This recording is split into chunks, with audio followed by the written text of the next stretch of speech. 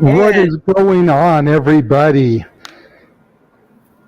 Sorry, you had told me that I was going to be doing the hosting duties. You're just kind of here as a pinch hitter right now until our other man comes in. Okay, he is coming. Okay, cool. I didn't see that. Yeah, very good. He did message the group chat, said he'd be a few minutes late, but he's coming. Very so good. Again, welcome everybody to Open Mic Night here on the Jeff Meacham Network, the Casa D18 Studios, FTW, Jay Hebert Studios, Noah's channel. I'm sorry, I forget the name of your channel, Noah. Good. Simple Man Studios. It's as simple There as we go. that. Simple Man Studios. I love it. It's as simple as that. That's the perfect tagline. But welcome, everybody. We've got 5 topics for this evening that we are going to address. That's right. Much like Booker T, the 5-time champion, even though he's 6 because he got one in WWE. But you know, 5-time champion. That's the big WCW, and don't worry, folks. No one's doing a spinner room. No, definitely not. No, Josh. There is nothing about Vince allegations today. Pop, welcome. Greetings from Bali. Nice to see that you've joined us. Cece, thank you for being there. Hassan, Josh, of course, thank you for joining the chat. But yeah, we've got 5 topics today. Gonna try to not dwell on some of these too terribly long because there's a couple of them that I know are gonna light some fires in the room. You know, you want to talk about the proverbial dumpster fire? We've definitely got that as our technical main event, but we did come up with something to kind of, bring things back to a happy, funny after that this time instead of just ending it with that. So, Josh, stealing my entry. Gotta love Stealing it this shit there. again, as usual. That's right. Stealing my shit. It's all good. He can watch, but he can't apparently come on the panel, but he can take your taglines like nothing. To be fair, Josh, number one, I wasn't going to in the air today. And number two, I've been talking so much in preparation, I'm trying to cut the phlegm at this point for real. Like, that's the only reason I poured what I did, just to get the phlegm, not to make you all graphically gross in the first 5 minutes, but Is that like Anyway. Ahmed? How do you spell that? A-C, C. phlegm. That's it. Yeah. I remember that. Raw should be interesting trying to get around the happiest place on earth with a freaking smoker's cough. Josh, you are absolutely right. It is your gimmick at this point to steal the stuff that I say. But you know what? If anyone is going to do it, I have no problem with you being the man to do it. That's right. You are a favorite of mine, Josh. I salute you. So Good man. Raymond, thank you very much for the props on the Elvis review. But before we get into the first topic, let me just say I touched on it a little bit on the review. We didn't really know exactly what we were going into when we went to go see that movie. Right. Like, we knew it was going to be about Elvis. We knew it was going to focus on his relationship with Colonel Tom Parker. But we didn't know how deep and dark and like nasty that relationship really was. Like, I was going in to see it because I'm a huge Tom Hanks fanatic. I mean, hell, I did 1.5 months last year on my channel devoted to the man. Yes. But we both left the theater, CC and me together. We were like, man, that was way better than either one of us really had prepared ourselves for. I'm calling it now. Oscar nominations for Austin Butler as Elvis. Good. You heard it here first. If he doesn't, I'll be shocked. Right. And Tom very well could get a supporting actor nod for his role as Colonel Tom. Yep. But anyways, our first topic today, Mr. Man with the graphics there. We're going to discuss a little bit about Money in the Bank. Now, I know Money in the Bank has already occurred, but did you know it was the most viewed Money in the Bank event in history? We had the second highest gate in Money in the Bank history, the most viewed event in history, merch sales up 95% from the year prior, all without no Roman Reigns, no Brock Lesnar, no Cody Rhodes, no Legends appearance. The only real surprise, and I'm going to get on this one, was the addition of Austin Theory to the men's match. Right. No partnership with another company. But man, I think that says something major for WWE. And the fact that this B, or we can even call it a C-rated show that could not sell out the freaking stadium there in Vegas. Granted, they were trying to run opposite of UFC and Dana White, and Vince just should have known that was a no-no from the jump. But the fact that it did that great a business, welcome, James. Perfect timing. This is the first topic. Yep. Noah, I'm going to start with you. You know, what do you feel that this says about the current WWE product? You know, are they finally righting the ship after all these years? Or was it maybe just people tuning in on the heels of all the scandal that's going on in WWE to see, you know, what may or may not be done within the confines of the PLE? I think it's a combination of both, really. When you consider the fact that up till Money in the Bank, everything was concerning the controversy around Vince McMahon and the allegations and all the reports that have basically given as much publication as WWE had probably in the last decade than we can last remember. Whether good or bad, the whole world's been paying attention, particularly to Vince McMahon and the WWE. So just the thought of that in any way maybe affecting this show or other details coming to light maybe during it and people getting on their phones and talking about it, I think has a part of it too. I also consider the fact that how Universal connected WWE is, where you can watch this literally on, again, it's a piss poor applet, but again, it's in more households, it's a streaming based service. They also worked within a venue that they were able to sell. Because again, they were not able to sell a stadium. And truth be told, this is the first Money in the Bank for real that was really full fledged since we got through the pandemic. Now, truth be told, the premium live event before this was Money in the Bank last year. That was the first major thing that had all the people beyond the Raw and the SmackDown when we finally got through the age of quarantine. But this year, everything felt a lot more normal. So, again, I just feel it comes down to the fact now that we're kind of in a state of normalcy when it comes to the representation of sports entertainment, except now it's just a lot more accessible and they work more within their means. It comes down to people, I feel, were content with what they were going to get, but there was maybe a bit of curiosity towards what they thought they could learn or could get. But hey, kudos to WWE. I can't argue with business. Seems to be going well for them. Bad or indifferent compared to the people within the company. There's a reason why WWE still exists. I just wonder how the infrastructure inside is going to continue.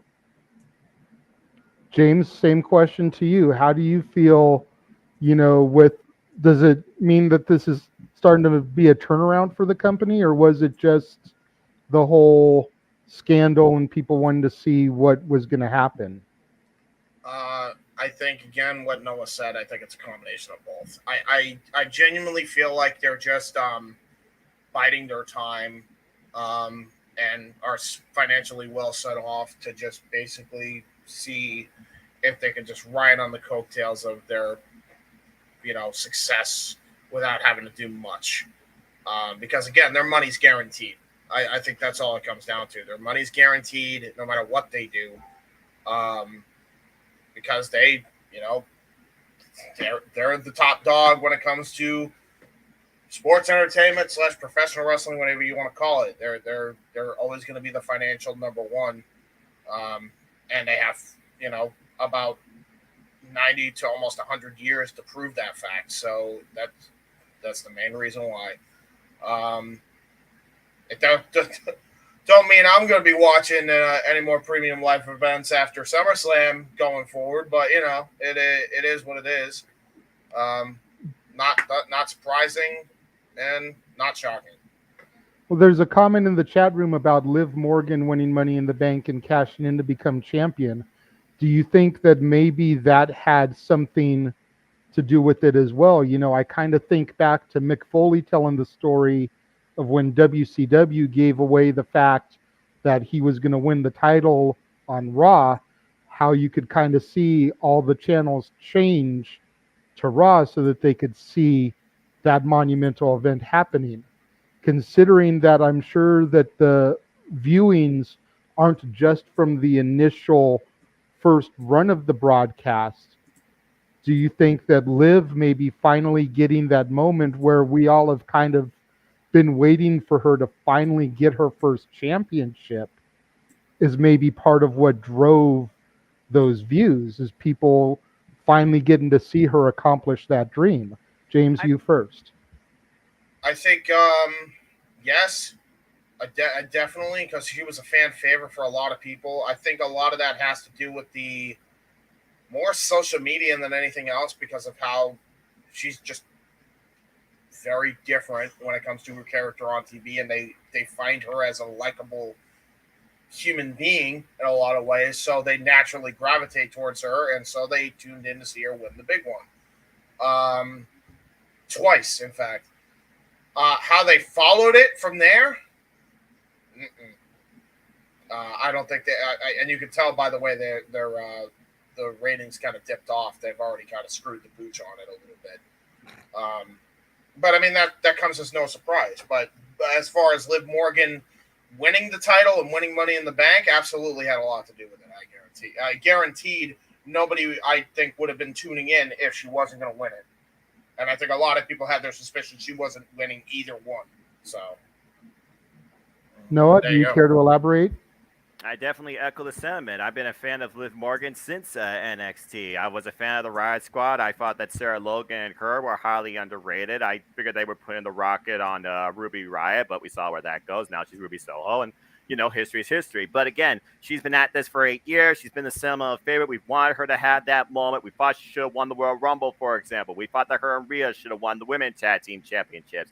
Here she is now finally a singles champion in the WWE in front of a worldwide audience, claiming the moment on what really is the grandest stage for her, and that was Money in the Bank. It kind of reminds me a little bit of how when Bayley won Money in the Bank, and she cashed in on Charlotte, because people didn't want to see Charlotte, for example, beat Becky Lynch after Becky already had a match with Lacey Evans, for example, during that whole tiff. And of course, Bayley, she was the ultimate babyface at that time in the company. I would say right now that Liv Morgan is the predominant babyface in the WWE from a female standpoint that the fans gravitate to. And the fact they were able to provide this moment, and the fact you even got post-YouTube clip of it with Michael Cole and Pat McAfee's live reactions, levels of Mauro Ranallo NXT type excitement, further adds to how important they wanted to make this moment towards the fans of Liv Morgan. Honestly, for me, if it wasn't for the Liv Morgan moment, this show, for me, kind of would have been forgettable, because the Austin Theory thing, again, had people driven out in droves because they were not wanting to see that. So, yeah, I think a major part of it is definitely Liv Morgan getting the moment, and the fact that WWE is so universally accessible. That's a fair point.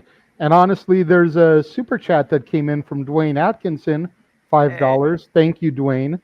He actually comments on the Theory thing. He says, is Theory going to get the opposite Roman Reigns push? Push him as a heel. You know what? I am exhausted. No, I know you just came into things today, but I've been up since like 7:30 our time. Today was moving day for us. Fuck. So we unloaded the storage, brought it up the hill, unloaded the U-Haul.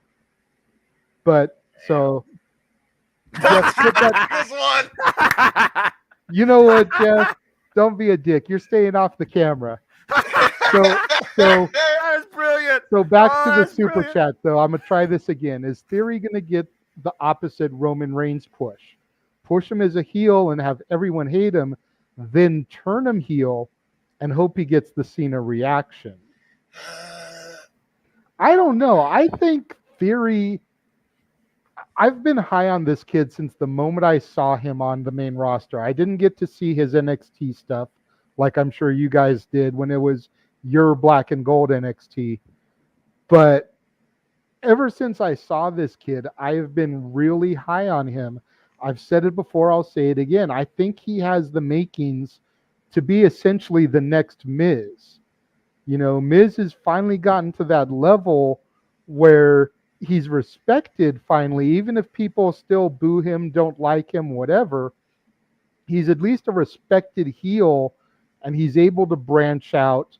He's got his reality show, Ms. and Mrs., you know, after originally coming from the real world, if you want to get technical. So coming from reality TV and now having a new reality show. But I feel like Theory has what it takes to be that level heel with the way he does the selfies and his promo abilities, his physique. He's a decent enough worker in the ring. I mean, I'm not saying that he's some kind of technical genius. He's no Malenko, Guerrero, Benoit. We'll get to that later. But he's good enough in the ring that he's able to put on entertaining matches, decent matches. So I don't know if it's going to have like the Cena effect on him. I just think he needs to stay in his lane. He is a solid, arrogant, cocky HBK post-Rockers heel. Right. He has that sort of mentality where he does draw a reaction to the audience. Like I said, when he won Money in the Bank, people were leaving in droves. We literally saw it in the background. I don't think it was as bad as Roman Reigns versus Samoa Joe Backlash main event, but probably was close to that. But that being said, I feel like they really have put a lot of stock into Austin Theory, being maybe one of their top next rising stars in the WWE, up there with Riddle. There's a reason why we've seen Riddle and Theory, for example, in the ring in one-on-one competition. For me, though, Theory has kind of had the attention of WWE, particularly since Evolve, when he was brought forward by Paul Heyman himself. Honestly, Theory, in a way, is a metaphorical Paul Heyman guy. Paul Okay. Heyman right now, I feel like is the guy that really has raised the stock of Fury with the fact now you have seen Fury and Paul Heyman at the same time on screen with the looming Money in the Bank. And yes, I do follow Aaron Briss recaps. Say yes, no to Q, folks. On SmackDown, I did hear how Paul Heyman looked to maybe suggest that Fury don't cash in on a match before a match because that's where the big money is. As far as that star power or mentality like The Miz, he doesn't seem as soft. And I don't think Fury, for me right now, screams Hollywood movie star. But he definitely has a lot of potential to be definitely one of the mainstays in the WWE going forward. He's constantly been a mainstay part of WWE television, particularly on Monday Night Raw. And now we've seen the crossover with SmackDown, brand split, LOL. But yeah, I feel that they are going to try and do something with Fury similar to Roman Reigns, but to an opposite effect, where they're not going to shove him down our throats as the prototypical babyface you like, but the heel that at one point you hope that it gets off your screen, but not as bad as go away heat as Baron Corbin during a couple of his stints. James, anything else you want to add to that? I think a lot of people tuned out because they it's just the nature of the beast of social media. They still believe in the allegations that were put on him, even though he was proven innocent on all accounts, by the way. But don't let the facts get in the way of it.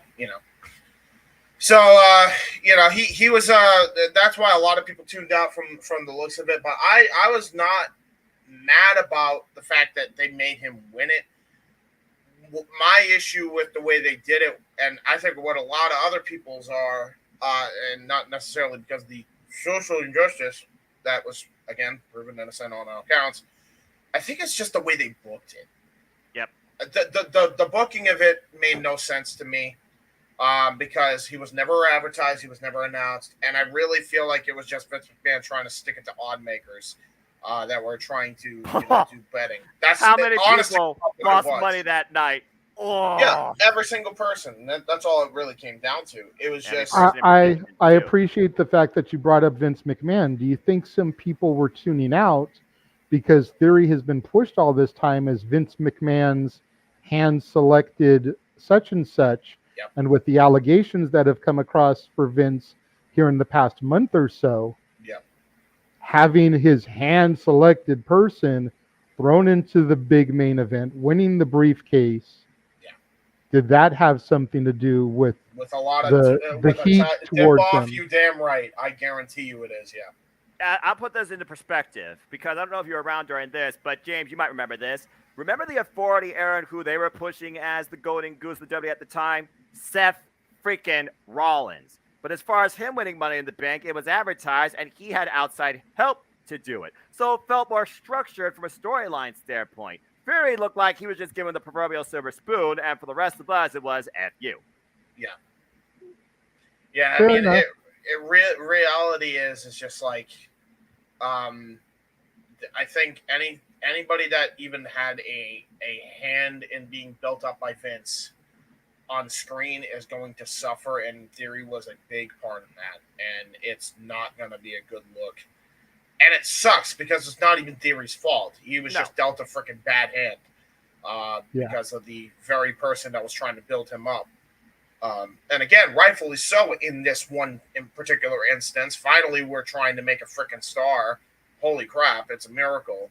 But it's like, then all this stuff comes out about you, and then you add that onto the allegations that were thrown on Theory, and it's like a powder keg for disaster. Like it really is. It's a PR nightmare. Fans are constantly giving WWE crap for not trying to build stars, and here in one night they built two. One cashed in and won the women's title. The other one still has the briefcase being Theory, and people are still crapping on it. Well, again, it's the way that Fury was brought into this, but also, up to this point, how he's been portrayed. For us, though, Liv Morgan, she was the hopeful we wanted, and thankfully we got it. I get that. I think I was one of the few people that wasn't like, FWWE when Theory got entered in the match and won, because I've been high on the kid from the get. So, the fact that they threw him in there, I was like, yes, Theory, I'm changing my pick. He's my pick now. But unfortunately, you couldn't do that. And again, Josh and everybody else in the entire predictions pool, No DQ and Beyond, you got 0. Yeah. Yeah, it's one of those things where it was just like, I feel like the booking of the company has been just done to death, and I don't think, even if they do right, I don't think they're gonna get an audience back. Keep in mind, there's a lot of freaking fans who are frustrated that still watch, and their friends or their family or whoever got sick of WWE because their booking was so awful, or they just didn't like the company's direction, or they just didn't like the fact that stars were leaving, and you're never gonna get them back. That's Most not of them. necessarily true. That's Because fair. everything you're describing is why I stopped watching back in 2013, 2014. There you go. Right. And I'm now back. Right. It's like so I'm kind of at the flip side extreme of your argument there, where they've gotten me back, and I've been out of action so long that the stuff that they're presenting to me I'm finding entertaining. It feels Whereas fresh those to of you guys that have been watching and staying with it for all these years are so put off by it.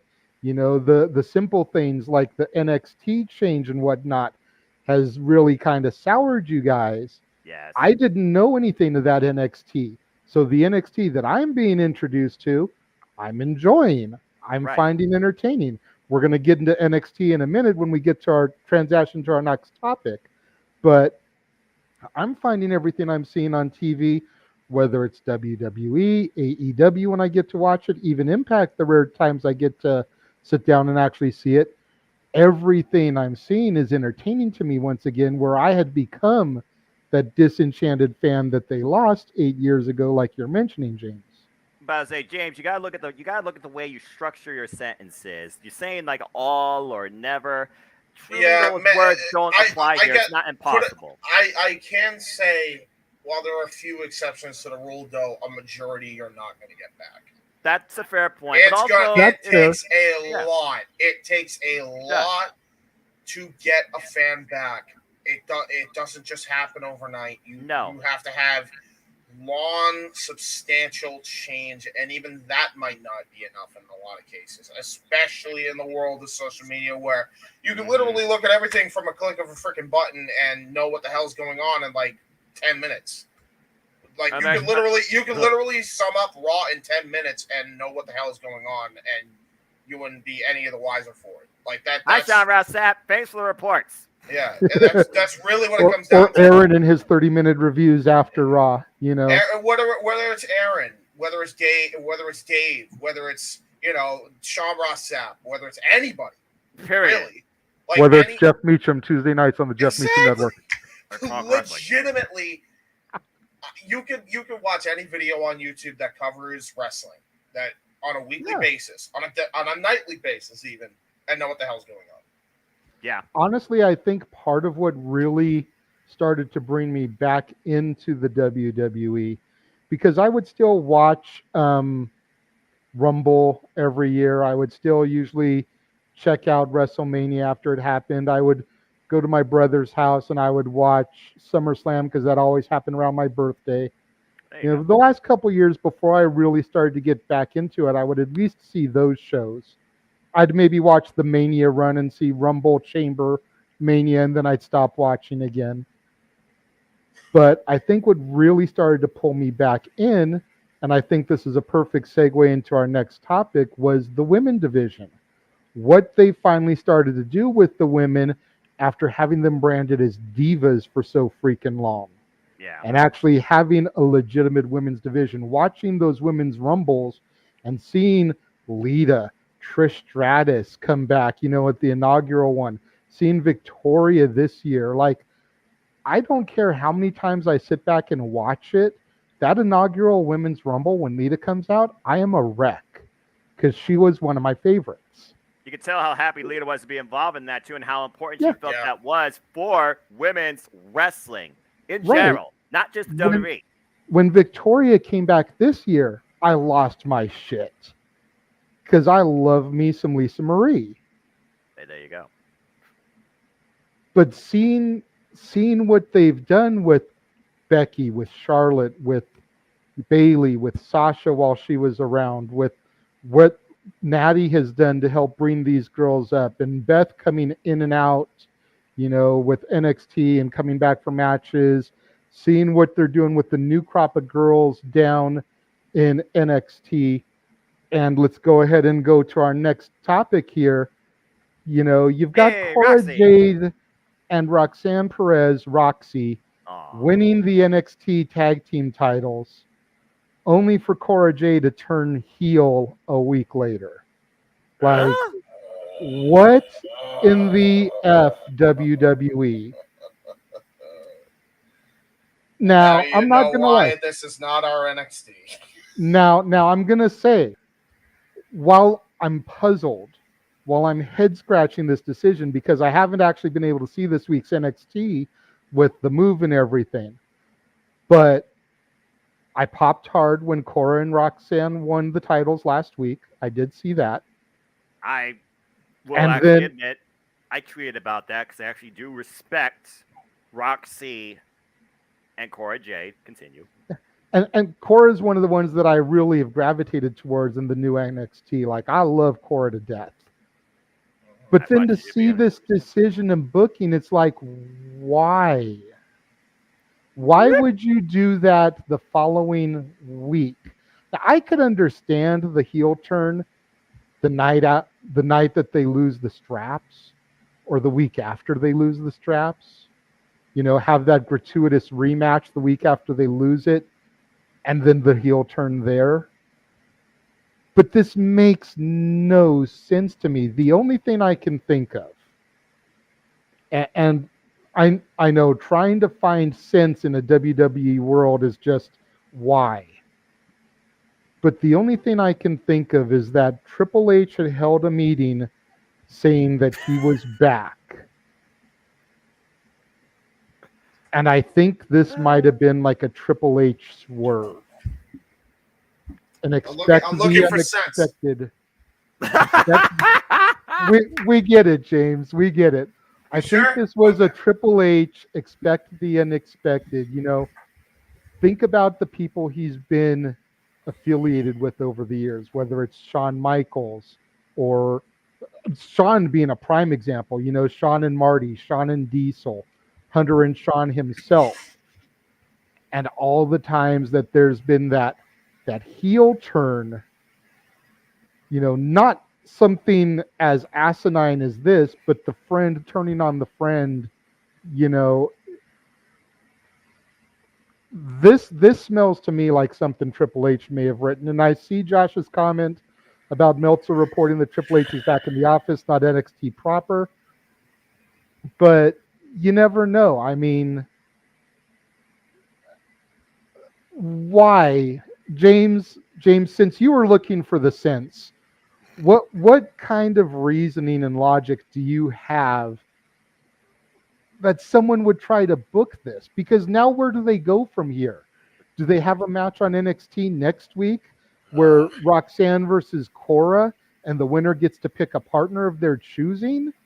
Like, I don't know. where does this go from here? I can tell you that my search for sense did in fact come up with results. I did find a nickel, which is about as much. There you go. So there you go. I got a nickel. That's about 5 cents. Is about as much as this booking decision's worth.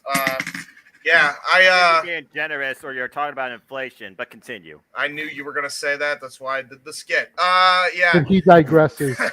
But I digress. Exactly. Yeah, man, this was a really and let's talk about this too.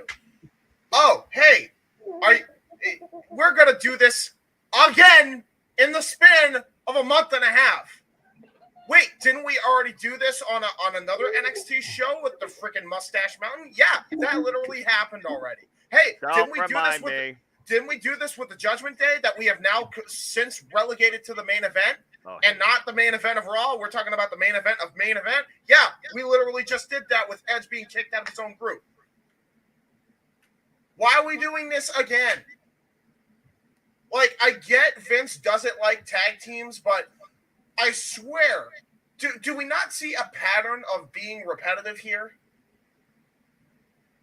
Like, come the hell on. watched this version of NXT and I'm like just flabbergasted. You literally have done this in the span of a month and a half twice already. Why are we doing this again? That's why I'm baffled by it. But like, does nobody just care and they're just like, book it, write it down, make it happen? I don't care. I don't know. Like, I'm at a loss because, like I said, I was so happy to see these girls win the straps off of Toxic Attraction. Like, that was one of the highlights of the night for me. And then this a week later, and it's just like, huh? I mean, don't get me wrong. You know, I know we addressed it before the show, before you came in, James. I'll go ahead and throw it out now, Noah. So I apologize if you do the walk-off or you toss your headset down. It gave us a great shot of Cora Jade's ass. Oh, but yeah. other than that, like, what purpose did this serve? Nothing. Wait, isn't this the same segment too? Is this the one where the skateboard broke? Because I saw that on somewhere too. Like, yeah, I think that was the same completely segment. Shattered before Impact even happened. Like, like I said, what a I great haven't seen match. this week's show, so I don't know if it was the same segment, but I'm assuming it was. Anybody confirm to me in the comments if that was the same segment? Because I did see that floating around on Twitter, and I just about busted a gut laughing seeing that. Just the skateboard is shattering before it even hits the other person. I'm just like, what that would be like hell? one of Jarrett's guitars just combusting before it even touched their head. You mean what happened? You mean what happened when you saw the white powder come out before the guitar shot? Yeah, Bound for Glory. Noah, you're a simple man. What is your simple take on this segment? Looking for sense in all the wrong places. Sorry, what you had a question? You had a question for me? Okay. So I'm supposed to talk about women's professional wrestling. Damn it. But I digress. First off, botch. Victoria was not this year's Royal Rumble. It was last year's Royal Rumble. Ding. Now then, on to women's wrestling. If you want to look at women's wrestling done appropriately, Impact Wrestling is your standard bearer with the Knockouts division in single and tag team action. But I digress. That being said, this doesn't surprise me because, again, this is not my NXT. But I respect the former Ring of Honor Women's World Champion, Roxy. I respect the former Atlanta Black and what she has tried to do with herself in this span of this NXT, where I think she should be the NXT Women's Champion. Well, that got thrown to the wayside when she was endorsed by Natalya, who was heelish, but then not. And then literally at this point, I'm like, okay, so you really have no sense of direction. You're just going to throw a dart, break up a team, and see what happens. You don't care about women's tag team wrestling. You did the same thing with Dakota Kai and Raquel Gonzalez, and then you brought them together for one night to get the titles, only for them to lose it. Now you have these two who got the titles, turn on each other, and are you trying to recreate like just the same thing here, but two different people? Or are you trying to turn Cora Jade heel because at this point you don't know what to do with her, and do you not want Roxy?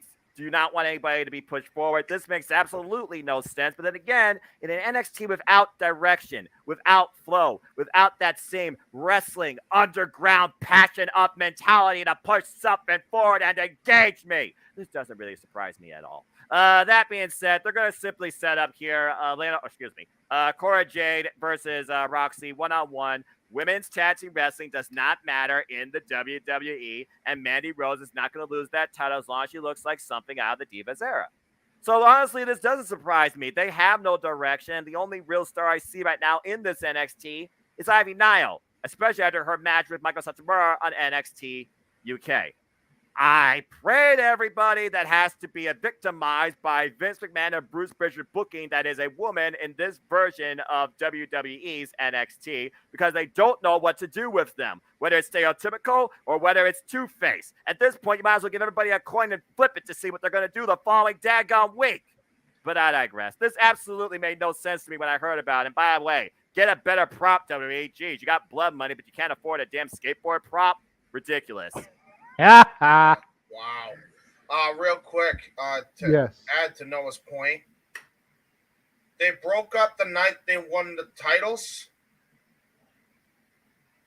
The night out Correct? or the week after. The Oh, following it's the week after. Okay, because I was about 'Cause to I have say, not why am I tweeted- seeing that promotional thing? I have not tweeted anything NXT 2.0 but that moment because Cora Jade and Roxy are two talents I respect. But your booking decisions right now have me worried for their future. Because if you cannot connect them to the audience as one perspective, Yeah. then what the hell is the future? Let me just add this too. You want to talk about women's divisions and being Oh best yeah, let's go and ahead its and list out impact. some women's divisions, shall we? Let me get my book out here. Sorry, I don't have a list. Let's see. What do I watch that has respectable women's wrestling? Let me go ahead and open it up here. Stardom. Yes, Thunder there is Rosa's Stardom. promotion. There is Impact Wrestling. DPW. There is DPW. There is, let's see, what else do I have? Impact- Joshi Pro Impact. Wrestling. Impact Wrestling's number one, dude. Their Knockouts division has been the standard of women's wrestling for as long as I can remember. You want to look at a great women's wrestling match this week? Mickey James versus Chelsea Green. Yes. Enough said. And let's see here. What else is there out there? Ring of Honor is trying to reboot their women's division. Bottom line. They're about to have a banger themselves. Mercedes Martinez, Serena Deeb. Booking defines the future. Find a way to literally structure something to make me believe you are investing in the future, not retconning an old idea. At least for 1 week, at least I'll put AEW in that category too, and I'll tell you why. Go for it. AEW in one segment on Dynamite Fighter Fest, which you can watch, by the way, on my channel currently right now, cheap plug. They had 3 women's segments in the span of like maybe 20 to 30 minutes promoting 3 world champions. 1 from a completely different company they bought out and 2 of their own. That is more than I can say about how WWE treats their women's division. Wouldn't you say? At least there's a freaking effort. Effort and consistency leads to results. I'm not seeing it right now in this NXT. I hope you do see it, JJ. But again, you're already questioning yourself after that week. I love how they are going with these rainbow aesthetic to all the titles, but I see the women's tag team division and their titles. Don't fucking have them! Hey, did you realize that Skittles, for example, are being removed from consumer shelves because there's a toxin inside of them, I guess, that somebody found out about? That sounds like NXT 2.0. I don't think NXT 2.0 is sponsored by Skittles. No. Yet. James, thank you very much for bringing up the perfect transition into my next topic. You talk about how WWE doesn't care about their women's division. Well, this next person has been talked about ad nauseum when it comes to that, especially ever since her walkout. But Mercedes, as I'm going to call her Money Vernado. That's politely accurate.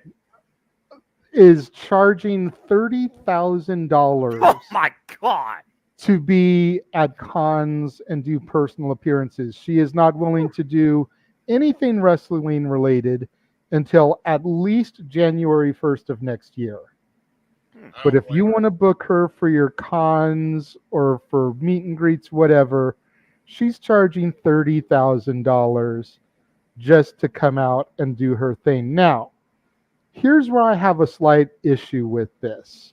And I'm not saying she's not worth the 30 grand. She knows her own worth. Somebody is obviously paying for her to be at this convention that you see in the graphic there. I don't have an issue with that. My issue comes when you're getting paid 30 grand to come out to a con, and then you're charging an additional $90 to have a picture taken with you, or $70 to get an autograph from you. If you're already making that much as a flat booking fee, pictures and autographs should be free. That's where I have a problem with this. Because let's think about this for a minute, okay? $70 for an autograph, $90 for a picture. That's $160. Even if the table does a $10 discount and does $150 for a combo, okay? 100 people, that's another, 15 grand that she's made? How many people do you think are going to come up to her over the course of the 2 days? Probably way more than 100. Probably, yeah. So I think that either it needs to be come to the con, charge your fees, make what you're going to make off of the take from the fans in attendance that want your autograph, your picture, which probably realistically being is going to be more than the 30 grand you're getting paid, or take the 30 grand and don't charge for autographs and pictures. That's my personal thought on it. What do you think, Noah? It's an odd situation when you consider somebody builds themselves up to a point that they define their own value, whether or not she is influenced by, like an agent or something that probably might be representing her, that might really be booking her for these type of things. I honestly don't know if this is all literally on Mercedes, like, merit, or is it like just an influence that she maybe like goes with, for example. It's one of those things where I feel like if you're like, some sort of figurehead, you've already put a down amount on yourself just to show up at anything. You look at any wrestler that shows up at any like con or stuff like that. I don't necessarily know what they are, charged by appearance. And then you consider the fan interaction and the fan experience, whether or not you charge, separate for picture and autograph, or autograph versus picture, or you just do one or the other. It just sounds like to me there's just a balance when it comes to a system of checks and balances, where at the end of the day, the talent, I feel, wants it to be more beneficial for themselves versus those that are benefiting her. But I don't think Mercedes is particularly that type of person. It almost makes you wonder, is it on like, the booking, for example, in this case, the actual Comet Expo, like who really controls like all of this like figuring here? I don't know necessarily, but it's just the town herself. So without seeing the entire corporate picture, it's hard for me to judge. But honestly, if Mercedes is happy and she gets the happiness that she can get out of those that support her, and those supporters that come and purchase this also get that happiness too, then I got nothing to say. James? I have the stance of where Noah is, plus I'm more on the side of Mercedes or Money Bernardo here, because again, we don't know. You do use these to make a living too, so I can also get that as well. And not that Sasha necessarily needs the money. I agree with you on that stance, Jay. She doesn't. I just don't know if it's necessarily her call or not. The only thing she might have a control of is how much she charges for autographs, honest to God. Probably the only thing she probably does have a control of, and that's a good point by Noah. But I guarantee you, regardless of the financial gain of it or whatever, or the actual reasoning behind all that, she's gonna get that 70. Every fan that's there is gonna pay. First off, number one, it's the world of Sims. They're gonna pay it. They're gonna pay it just to meet the woman. That's just how it is, right? Yep. That's number one. Number two, there's a lot of fans that really want to meet Sasha Banks. They will pay top dollar to meet Sasha Banks. They will pay top dollar for an autograph. They will pay top dollar for an autograph picture for 90. She's gonna be making bank. Do not be surprised if she makes 100,000 in one night plus the 30 grand she has. You gotta consider, JJ, what a following will do to somebody they support, whether it's in person or virtually. Prime examples of this is Selena Vega on Twitch and Tony Storm with, her third-party affiliate. Again, if you have that sort of third-party affiliate retracted. I'm not judging. I'm just saying. Hey, King, how are you? That being said, shout out to the ATW crew. That being said, if you have built that sort of connection with simple people that are willing to dig that deep into their wall, whether it's the job or if they pull a loan, because some people are literally that desperate. Again, they're the ones that are going to profit in the end because they know they will. Right. I mean, but if she's going to be making close to 100 grand over the weekend, does she need the extra 30 from the people that are paying for her to come out? Well, that comes down to the mentality, I feel, of her, how much is enough. And for some, enough is never enough, especially when it comes to this. Yeah. It's fair, I guess. I mean, it is what it is. I mean, I know I wouldn't pay 70 or 90. I know for that. And I know for damn sure I wouldn't. But Yeah, I mean, yeah, you figure that if you go to these shows and you're nice enough, more often than not, you'll get them to stop in the parking lot and take a picture or sign an autograph for free. I get that these Maybe. conventions, are a way to make your bread and butter when you're not wrestling anymore. When you're wrestling limited dates, there's botch 3, Jeff. But Botch. from all reports, she's going to be bringing in close to Steen money for this appearance. Yeah. And I'm sure it won't be Whether her only she's one. in Star Wars or a horsewoman or not, is she worthy of Steen money? Um, with the Mandalorian, even if it was a cameo, probably. That show does numbers. You know that probably more than I even do. So I Oh mean, yeah, yeah. you The can attest it's Mandalorian Star is Wars huge. property on Disney. yeah. Enough said. Right, right. So that alone is probably what makes her Sting money. Honestly, not even her WWE run. It's literally the fact she was on Mandalorian. That one appearance on Mandalorian legitimately made her that much. I guarantee it. That definitely was her highest point. If we're going to talk about, peaks of a stock, I think that definitely is her highest point, James. Again, she's been involved in the ESPYs. She's related to Snoop Dogg, so she has that name in the music industry.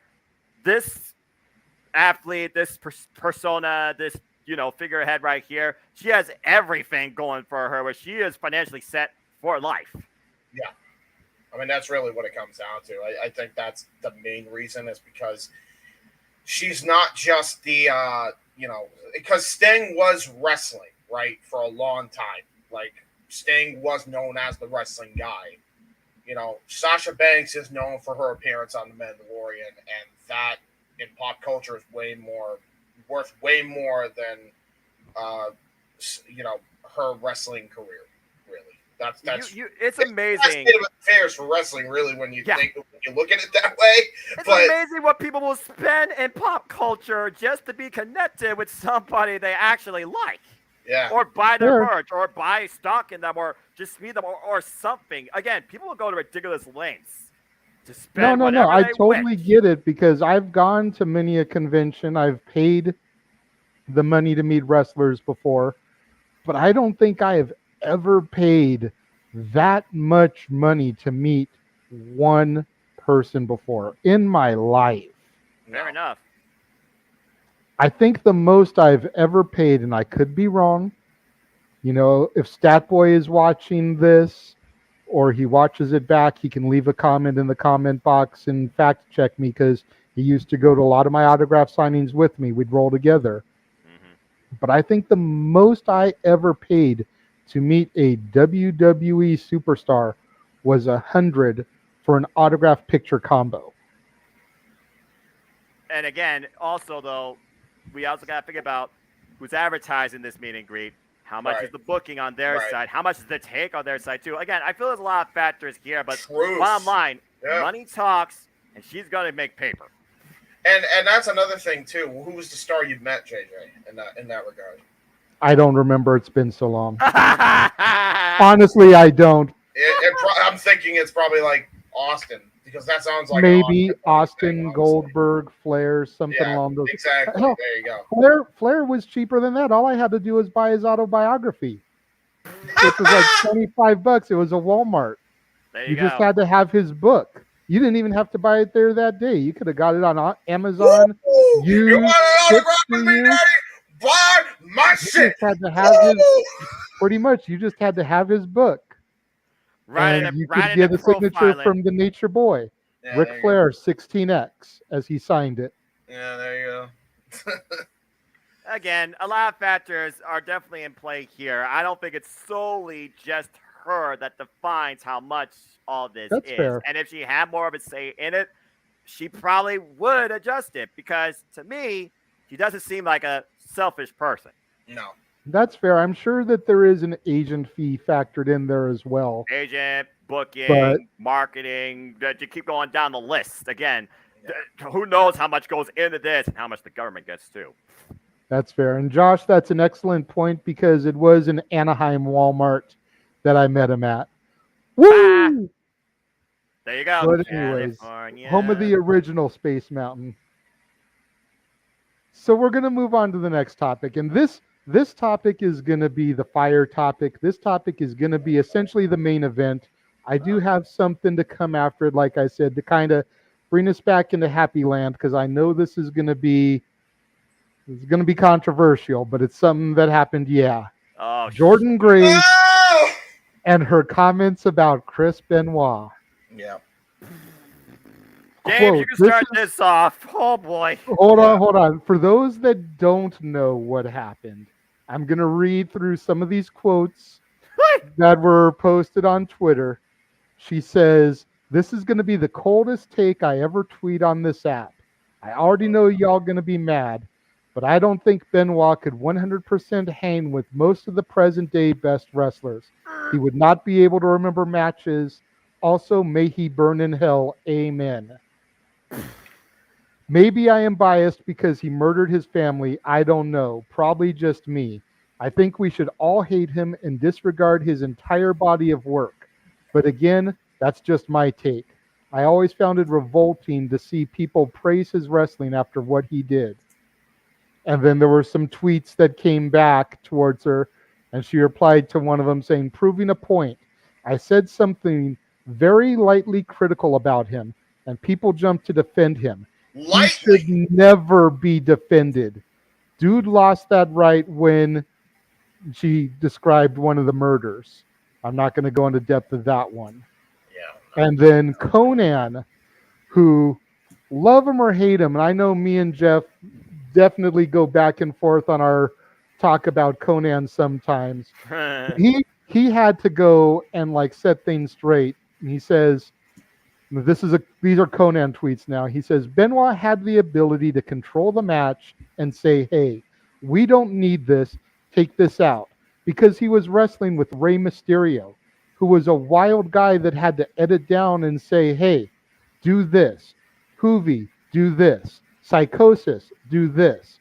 So I mean, I don't know what the F you're talking about. That's effing ignorant. And then he goes on to say, "And bro, okay, yeah, he killed his family. Yeah, the guy had CTE. It ain't like he was a serial killer. The guy had all these problems accumulated from years, like we're seeing now in wrestling, like we're seeing now in football, like we just saw with this one guy, the 33-year-old wide receiver, Demarius Thomas. Don't know if I pronounced that right. Don't count that as a botch. That just passed not away. It's a serious thing for you to make light of it."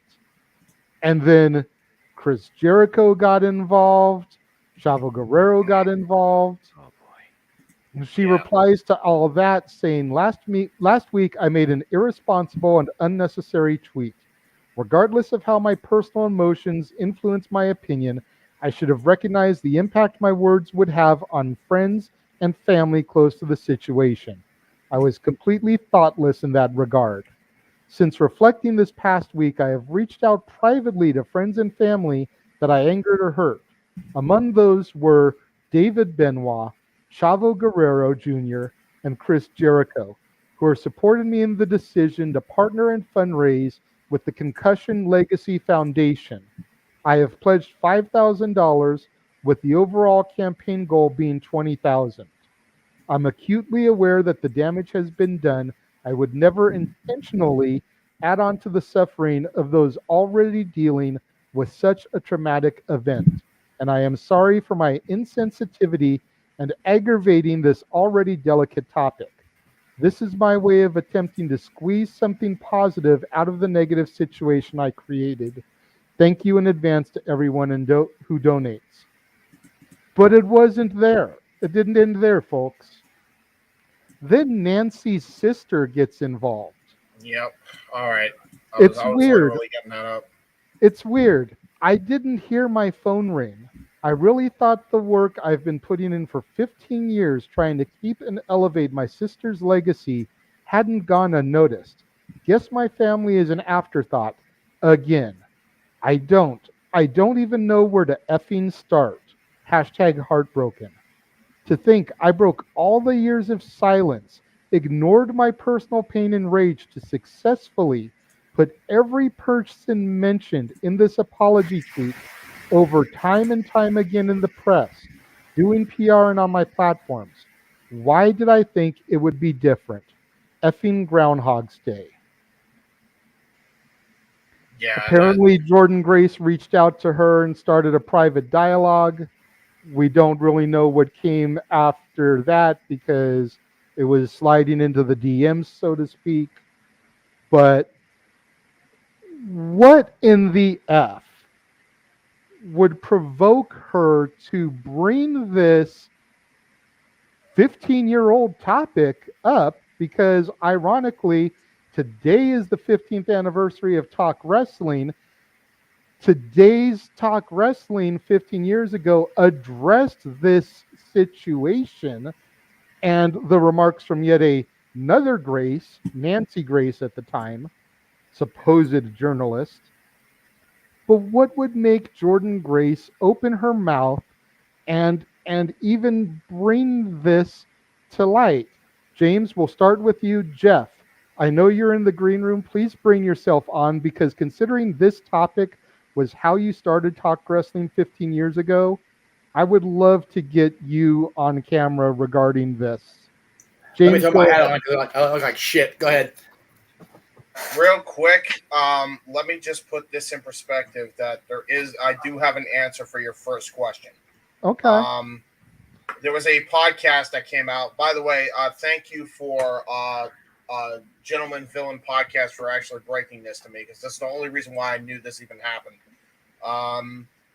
It was actually a podcast called Crimes in Sports, I believe it's called. Okay. That covered that exact topic. That was the talking point of that podcast. And again, considering it happened around this time, that's when they decided to talk about this. And that is probably what led to these tweets direct. And it just, by the way, what Jordan did was so irresponsible on so many levels. I mean, so many people that were close to that situation were getting bombarded online because of this, because of her stupid social justice warrior crap, when she should have just let well enough the fuck alone. That's exactly what you should have done. I cannot believe that you know people that actually went through this situation and then have the audacity to tweet something as asinine as that. Shame on you, Jordan. I don't give a goddamn if you are the Knockouts champion of the world right now. I could give a fuck less. What you have done is effectively hurt so many people to the point where they have had to have their PTSD triggered by this situation and have to relive it all over again. That's exactly what you fucking did.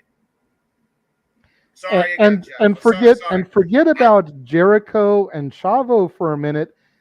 Nancy's sister has had to relive this. Like, exactly. That's the most tragic of all of it. Nancy's sister, Sandra, and David Benoit. Yep.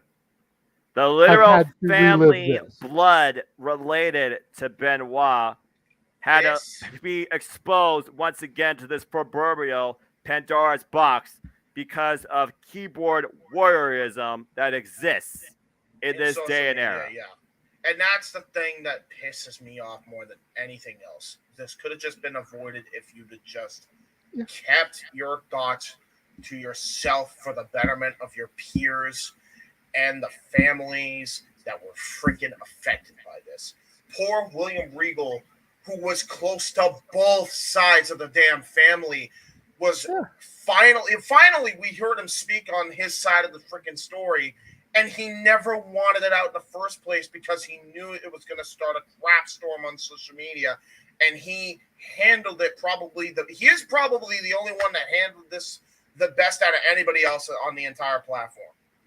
Absolutely. And, I'm glad you mentioned Regal for a moment. I just got to put over the Gentleman Villains podcast real quick. I have been watching the YouTube videos of that here since it started going live. I need to see the Claudio one, the newest one that came up. But holy crap, this is a great podcast. But back to the topic at hand. It's this Regal's me and legit in Cece, tears. He's about to freaking cry on the air. yeah. You know, Me and because he's Cece were recounting talking this. at dinner tonight about Benoit with some of the talent that's out there today. Like, oh my God, could you imagine Benoit versus Omega? Yes. Oh my God, that would have been Could outstanding. you imagine Benoit versus Danielson? Yep, Yes. absolutely. Osprey Benoit. Yes. The list goes And on. and on. Gail Kim, you just go to Gail Kim's tweet. Seriously, because she sums it up better than we ever could on this show. Seriously. I She mean, had the best take when it came to that line of discussion and dialogue. I pointed out to her the fact that he was supposed to wrestle Punk on the night that everything went down. Yep. I don't think we ever got Benoit Punk prior No, we to that. didn't. I think that No. was supposed to be the first time. That was supposed Like, to be could the you first imagine time. Benoit Punk too? Yeah. Like, holy crap. And here's another freaking thing. You disrespecting Benoit in that aspect, you're inherently disrespecting all the people that were around during that era at the same exact time. You're disrespecting Malenko. You're disrespecting Van Dam. You're disrespecting all these other guys that were around during that era. I literally just got done watching his match with Van Dam right before coming on here because we were doing a retro review on SummerSlam 2002. And it was the best match from a technical standpoint on the card. Yep. Oh, of course. So you're going to disrespect all those guys like that? Yeah. Seriously? Like, can they not hang with your current crop of talent? Explain Cody then. He was around during that time. I think Benoit versus just about anybody on the AEW roster would be a fucking wet dream come true. From a wrestling aspect, absolutely. Like, Benoit throw him could in wrestle there with anybody then, now, and forever. Period. Throw him in there with either member of FTR. Yeah. Oh my gosh. Benoit him versus and Dax. Yeah. I mean, him and Jay Briscoe. And boy. The comment right above CC there, Jeff. The Benoit thing happened his graduation weekend. It's like it's ironic that your graduation weekend was tied to a tragedy like this. My graduation was the OJ. Oh, good. Like, legit, my graduation was the OJ Simpson shit. Oh, I'm sorry. Yeah, so we're brothers in arms when it comes to that, when it comes to tragedies tied to our graduation. Holy crap. Jeez. Like, are in no way, especially now, when anybody talks about Benoit and the amazing matches that he had, are celebrating him as a person. But Jeff, do you see? Sorry, I didn't mean to cut you off, James. Jeff, do you see this comment from Cody Raines? We are on 6 TVs around a DJ booth in New Orleans right now on Bourbon Street, folks. Wait, holy what? Fuck. Wait, what? Thank you. I hope you all are enjoying the Thank conversation. you. Appreciate Thank you so much, Noah. Sorry, James, finish your thought. Everybody on Bourbon Street's gonna freaking hate me. Oh my god! They're looking at me like, look at this motherfucker trying to rant. Cheers to all of you on Bourbon Street. I haven't been yet, but dude, that's a bucket list for me. James, continue your thought though. I cut you off. I apologize. Yeah, no, I was just saying, like, I appreciate that I wish we could have been on a better topic if we were on Bourbon Street. Damn, it's Bourbon Street, the life of the party, and we're killing the party right now. Yeah, 6, I think. No, you're right, it's 6. Anyway, for me, it's like we're not celebrating him as a person. Because what he did was absolutely unforgivable, even if you factor in everything that he had. Okay? Yeah, without doubt. You cannot forgive that. You cannot forget that. And you damn sure shouldn't be idolizing that in any regard. But the man, before that happened, you have to at least acknowledge his presence in the industry in that regard. Because if you don't, that is a slap in the face to everybody that ever worked with that guy, because then you are inherently forgetting their history. You're forgetting Eddie Absolutely. Guerrero's history. You're forgetting Angle's history. You're forgetting Van Damme's history. You're forgetting Jericho's history. You're forgetting Chavo's Shawn history. Michaels. Shawn Michaels' history. Triple H's You're history. forgetting Triple H history. Yeah, exactly. It's, Noah, before I throw it to you, the interesting thing to come out of all this, and something that I saw a lot of in the tweets from Jericho and Chavo and even Conan, is the separation between worker and man who committed these horrible tragedies. And I think if there's a bright light in this situation, it's that a lot of people that have been coming out about this have been trying to separate the two individuals, which is something that I've been trying to preach from day one when it all happened. You've got to separate, like James just said, the wrestler, the performer inside of the ring, and the man who committed those horrendous acts that fabled weekend. right. Coming out of all this, do you think that's something that might continue down the road, since it seems to be happening in light of essentially her making an ass of herself? Yes, because that's social media. Simple as that. What else do I need to say? You guys already know my mentality towards social media. I don't let it dictate my fandom. And I certainly don't let the actions of a person dictate my overall perspective on a professional wrestler. Because when you think about what one wrestler gave to the industry, you got to think about those he affected during that history. You already mentioned some of the key names: Chris Jericho, Shawn Michaels, Rob Van Dam. The list goes on and on. We've said it time and time again. One of the worst things about the entire professional wrestling industry is social media and the freedom and the flexibility of you expressing your own opinion whenever you wish on a whim without any sort of repercussion or restriction is right there at the touch of your fingertips. What caused this wound to be brought up in such a fashion by this worker of the industry, I will never truly understand. Two wrongs don't make a right. No. A monetary blessing in perspective doesn't necessarily clean up something you brought up to light to this fashion. I can't forgive what Jordan Grace did on social media because this should have never been brought up in the first place. Absolutely. But we can't deny what Chris Benoit did for professional wrestling. And that is what he should be recognized, honored, and respected for. You can never condone what the person did, but you can always respect what the wrestler did. And at the end of the day, Jordan Grace, you once again are proving the number one thing that's wrong with society: social media. And go ahead, James. To add to your point, Noah, as much as we must respect the performer and separate him from the person, if not for his sake, because I could give a crap less about the person's sake, and I think most people can genuinely agree with that statement. Agree. You got to do it for the people that did wrestle him, so that way you are preserving their history, and that way we can learn from this mistake. JJ, you said at one point, or in a whole different topic, those who don't learn from history are doomed to repeat it.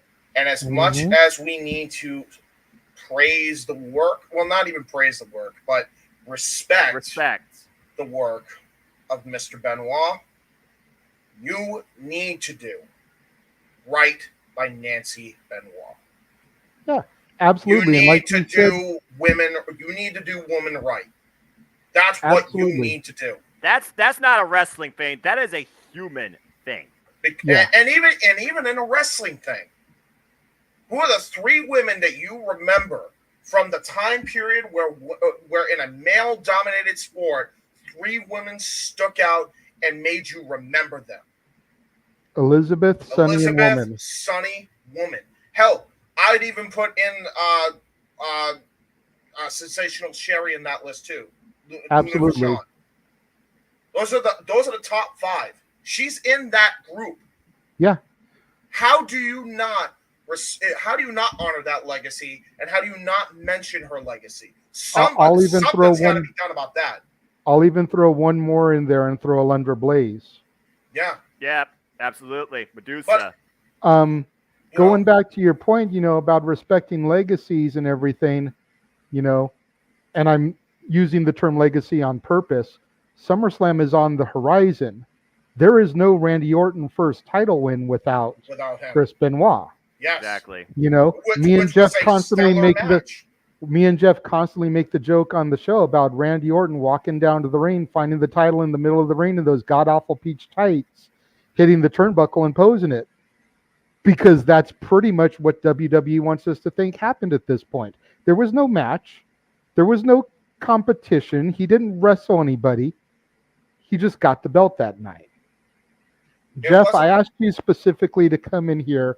Like I said, today is the 15th anniversary of the original Talk Wrestling broadcast, and the Benoit situation was the meat and potatoes of your initial broadcast. Like I said, specifically Nancy Grace's topics and comments, so we have another Grace opening their mouth and inserting foot. What are your thoughts on this? We'll call it, the Lion King moment. It's the circle of life. It's coming full circle for you here 15 years to the date later. I just figured Jordan was trying to get the show over, which I appreciate. I appreciate her doing that for me. But hell, fuck it. But whatever. Add that F to your F count. I can't do this. You know what? I've had 3 glasses of that whiskey. I cannot do 2 things at the same time right now. You leave me alone. All right. So, look, it's just one of those. And again, I'm not trying to make this about politics. I apologize in advance. There is a reason why 45 was suspended from Twitter, because he could not help but put his foot in his mouth on that platform on the regular. If we, and I mean we as society, were all made to be held to the level of accountability that he was held to, Twitter would cease to exist at this point, I think. I would agree. Fair. I really think it would, because one way or another, whether it's the level that Jordan did here, where it's the level that President Trump did when he was before, during, and after the presidency, we all tend to sink to levels of dumb fuckery. There's 2, by the way. When we see that big giant blue bird on our keyboard platform, we tend to get uber stupid. Yeah. That's the first thing. The second thing is, other than the haha about putting the show at the 50th anniversary, like, again, I appreciate the help there, Jordan. Why? What was the point of bringing it up? It wasn't even like it was the anniversary of the tragedy either. It wasn't. It just been like late June. I would have been okay. Well, it's on everybody's mind. It's a milestone year. It's a 5 year, so maybe it's just she just for no seemingly good reason. Yeah, but see, I think that this is something that's been held down so much that it's not the type of thing that's on everybody's mind when it happens. It's not Owen Hart's death. It's not 9/11. It's not something that when it rolls around every year, it's like, oh my God, it's September 11th. Where were you when it happened? Right. Because we've been conditioned to forget about it so much. Well, except for some of us who, had freaking viewing parties on the anniversary because we wanted to keep the memory alive of his in-ring performances. Right. Well, I'll out myself. That was totally me. Yeah, Jeff helped with it, and there's another botch. Jeff helped me plan it and organize it and everything, but when the 1-year anniversary came around for it, and the 5-year anniversary, we did viewing parties because we were trying to separate the man from the wrestler, and we didn't want his matches to be forgotten. Right. Which is I understood and went along with it. It's one of those. It's one of those things, even more as the world becomes, or at least tries to make us believe that it's more PC than it's ever been. You don't want to touch stuff with any length of pole. You really don't. And bringing up Chris Benoit, no matter what context it is, you say that name, It's instant shitstorm. Yeah. Pretty much. Instantaneous shitstorm. There's no dancing around it at this point. No. And it doesn't matter if it's been 15 years. It doesn't matter if it's 15 years from now. Because the majority of the media, and I'm including the wrestling media and the peripheral media, as EZ would call it, can't make themselves separate. Now, No. JJ, you and I both know that you and I do on the regular. We still watch Chris Benoit matches to this day when we get together because of how amazing the technical wrestler that guy was. You know, had that weekend in June not happened, first ballot Hall of Famer would have been the ECW World Champion that night.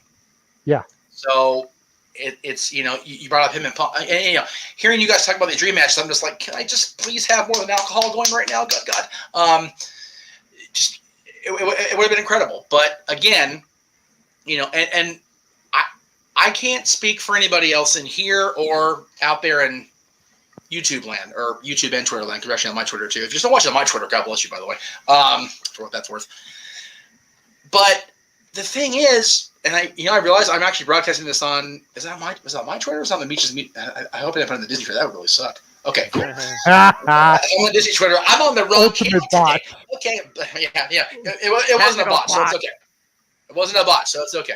It's just a drunken Miss C. It's so ridiculous that people spout off about stuff they don't understand. Yeah. Exactly. I don't think I have CTE. I don't know that, but I do know that I have distinctive physical evidence of damage upstairs because of all the head trauma. So I do know what it does to a person. Do I feel like I want to kill my family? Not today. But well, maybe earlier today. But you know, But I digress. one of those. Yeah, I digress. Buy the shirt. Disclaimer. All the merches. Help pay for my CTE recovery. Anyway, people just. I forget who. You know, I'm pretty sure it was Tyson. Twitter has made people brave enough to not be held accountable for their crap.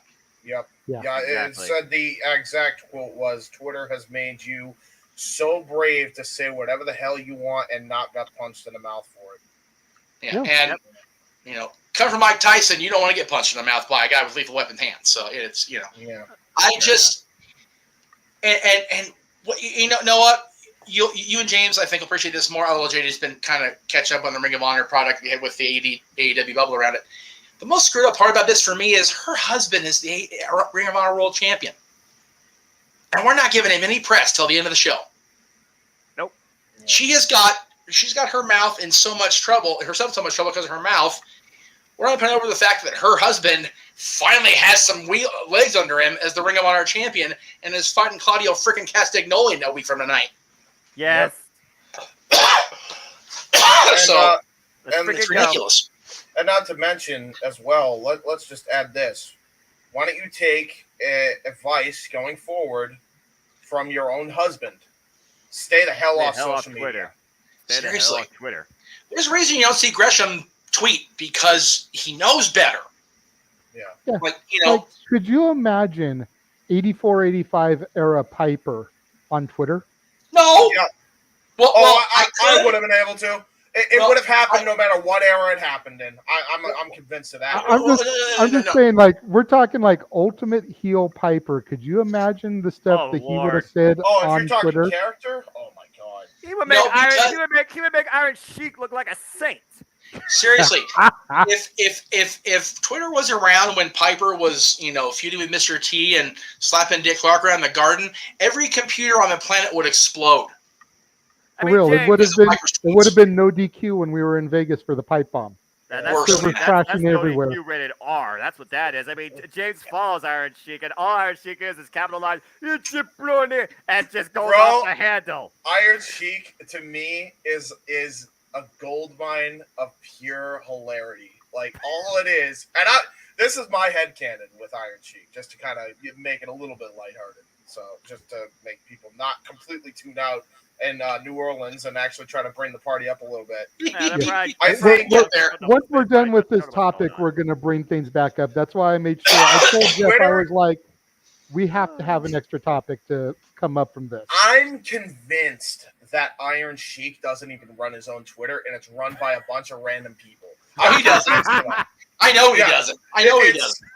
But it's hilarious because it's all typed in caps, and it's and you would think it's by him, and everything is he's telling you to go F yourself. He's basically just telling you to do a healthy thing from a medical standpoint. I don't see the problem. What's the problem here? But the thing is, James, having interviewed the Iron Sheik in 2003 when it didn't matter to piss all if he still hated the Hollywood Blonde Jabroni Hulk Hogan, he still said he hated the Hollywood Blonde Jabroni Hulk Hogan. So it's whatever.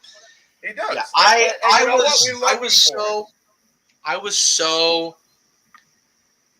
I was more disappointed than I was disgusted with Jordan's tweets. Yeah. Same. I really was. Because, James and Jeff, you know this. I don't have notifications on for social media. I don't get up and constantly scroll. I don't get up each morning and be like, boop, what's going on in the world of wrestling? I'm like, good morning. And then, I'm off unless we're talking like actual wrestling during the show. I'm promoting a predictions league. When I learned this from James, No DQ, the ATW crew, I thought to myself, why?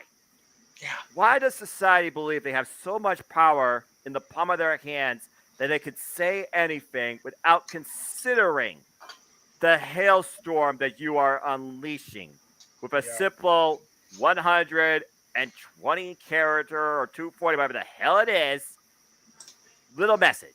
And a public eye, too. Yeah. For the record, read that real quick, guys. Or not, but says I turned the music off here and put you guys on, and people are dying laughing. I'm about 126 deep in here. Wow. You jabronis are crazy. But I digress. Yeah. God bless you. We love and respect all of you guys in New Orleans that are watching us right now. Imagine you if everyone just very came in the chat and just posed a question. You would be here all night. Oh my God. Hey, Ma! I made it! Top of the world! Made it, Ma! Top of the world! I'm in New Orleans, baby! Oh my God. Great, how much I'm MHJ just stop using that quote, James. I'm Okay, supposed to be the very good. simple man that's just on YouTube, not on a TV screen. All right? Fucking outstanding. This is awesome to me, like for real. Congratulations, Here's Jeff and JJ. Here's the bottom line. If we want to, kind of bring it home, and then we'll get to the Let's put a bow on this all together. happy At topic. the end of the day, I don't think she could hang with him. No, okay, thank you. That's what I was gonna say. I don't know what tape or DVR or DVD or streaming screen she's using to watch Benoit matches. He can hang now. He could go into the ring with these guys in AEW and WWE. Yeah. Hell, put him on the card Saturday. He could dance circles around everybody defending or challenging for a championship. Make him the Benoit NWA versus champion. Claudio. Seriously.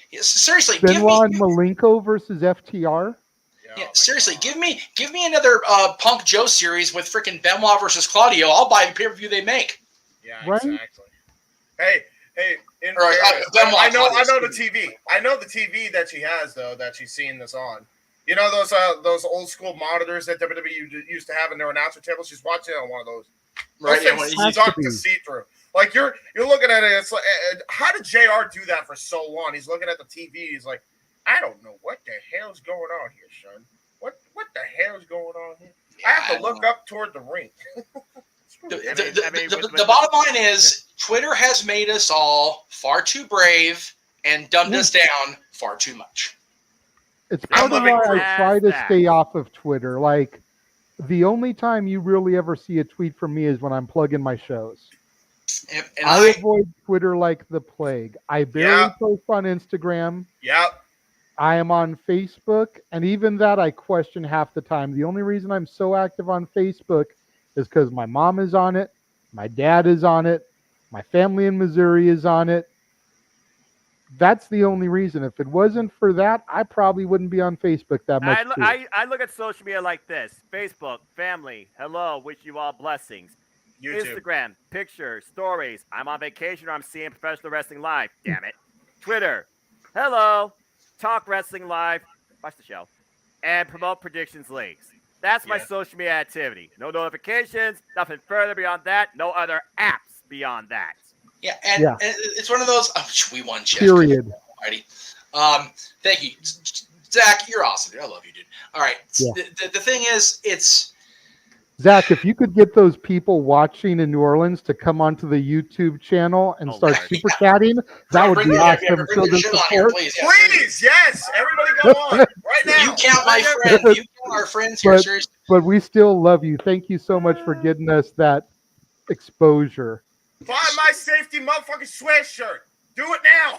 So wait, JJ, are you saying we're exposed in New Orleans right now? Isn't that illegal in most states? I don't know. Okay.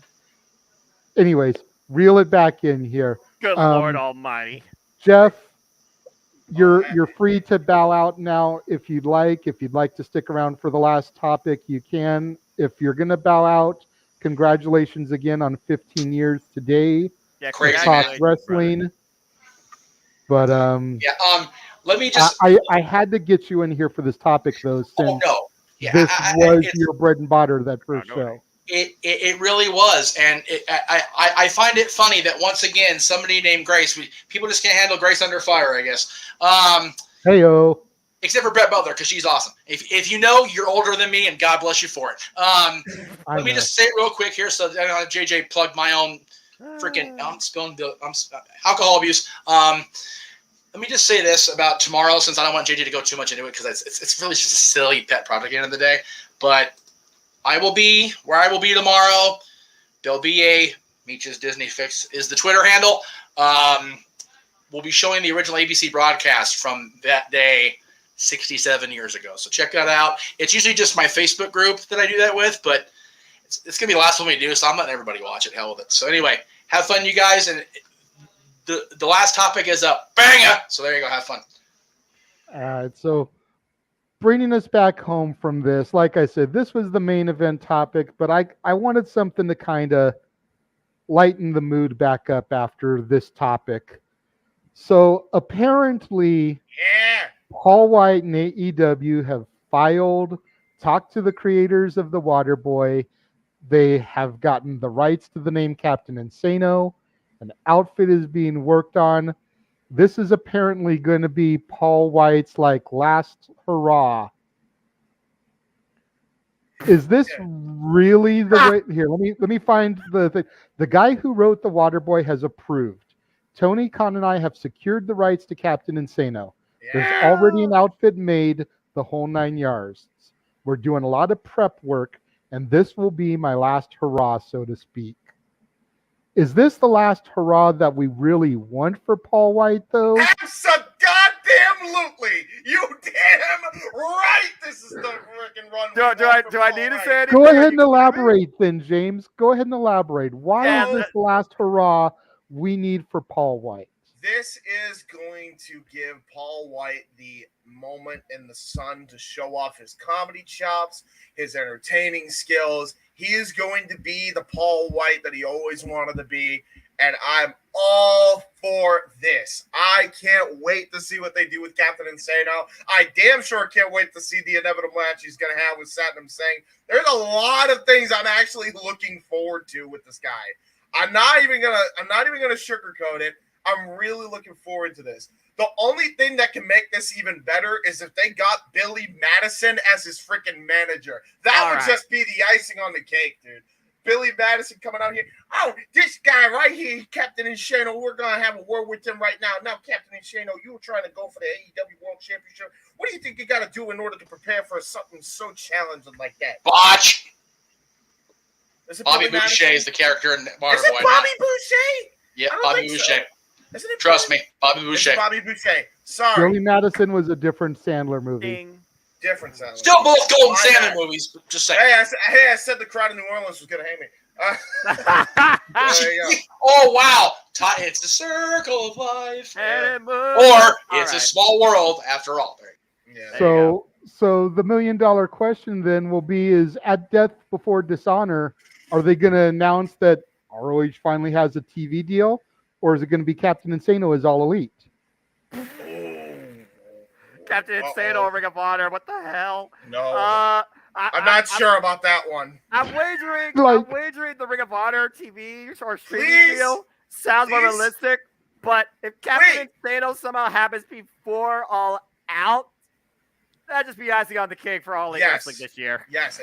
See, and don't get me wrong, I love the Water Boy. I thought Captain Insano was hilarious. Yes. I don't know if this is what I want for the end of Paul White, though. Like, I would almost rather see Paul White be this monster heel and just start this meteoric climb up the roster that potentially ends with him jobbing to and putting over and making Wardlow. Ooh. Maybe, and that's fine. Could you do make a star out of that? I like that a lot. Or could there be a fine line where you could somehow do both? I'm curious with how they go about it.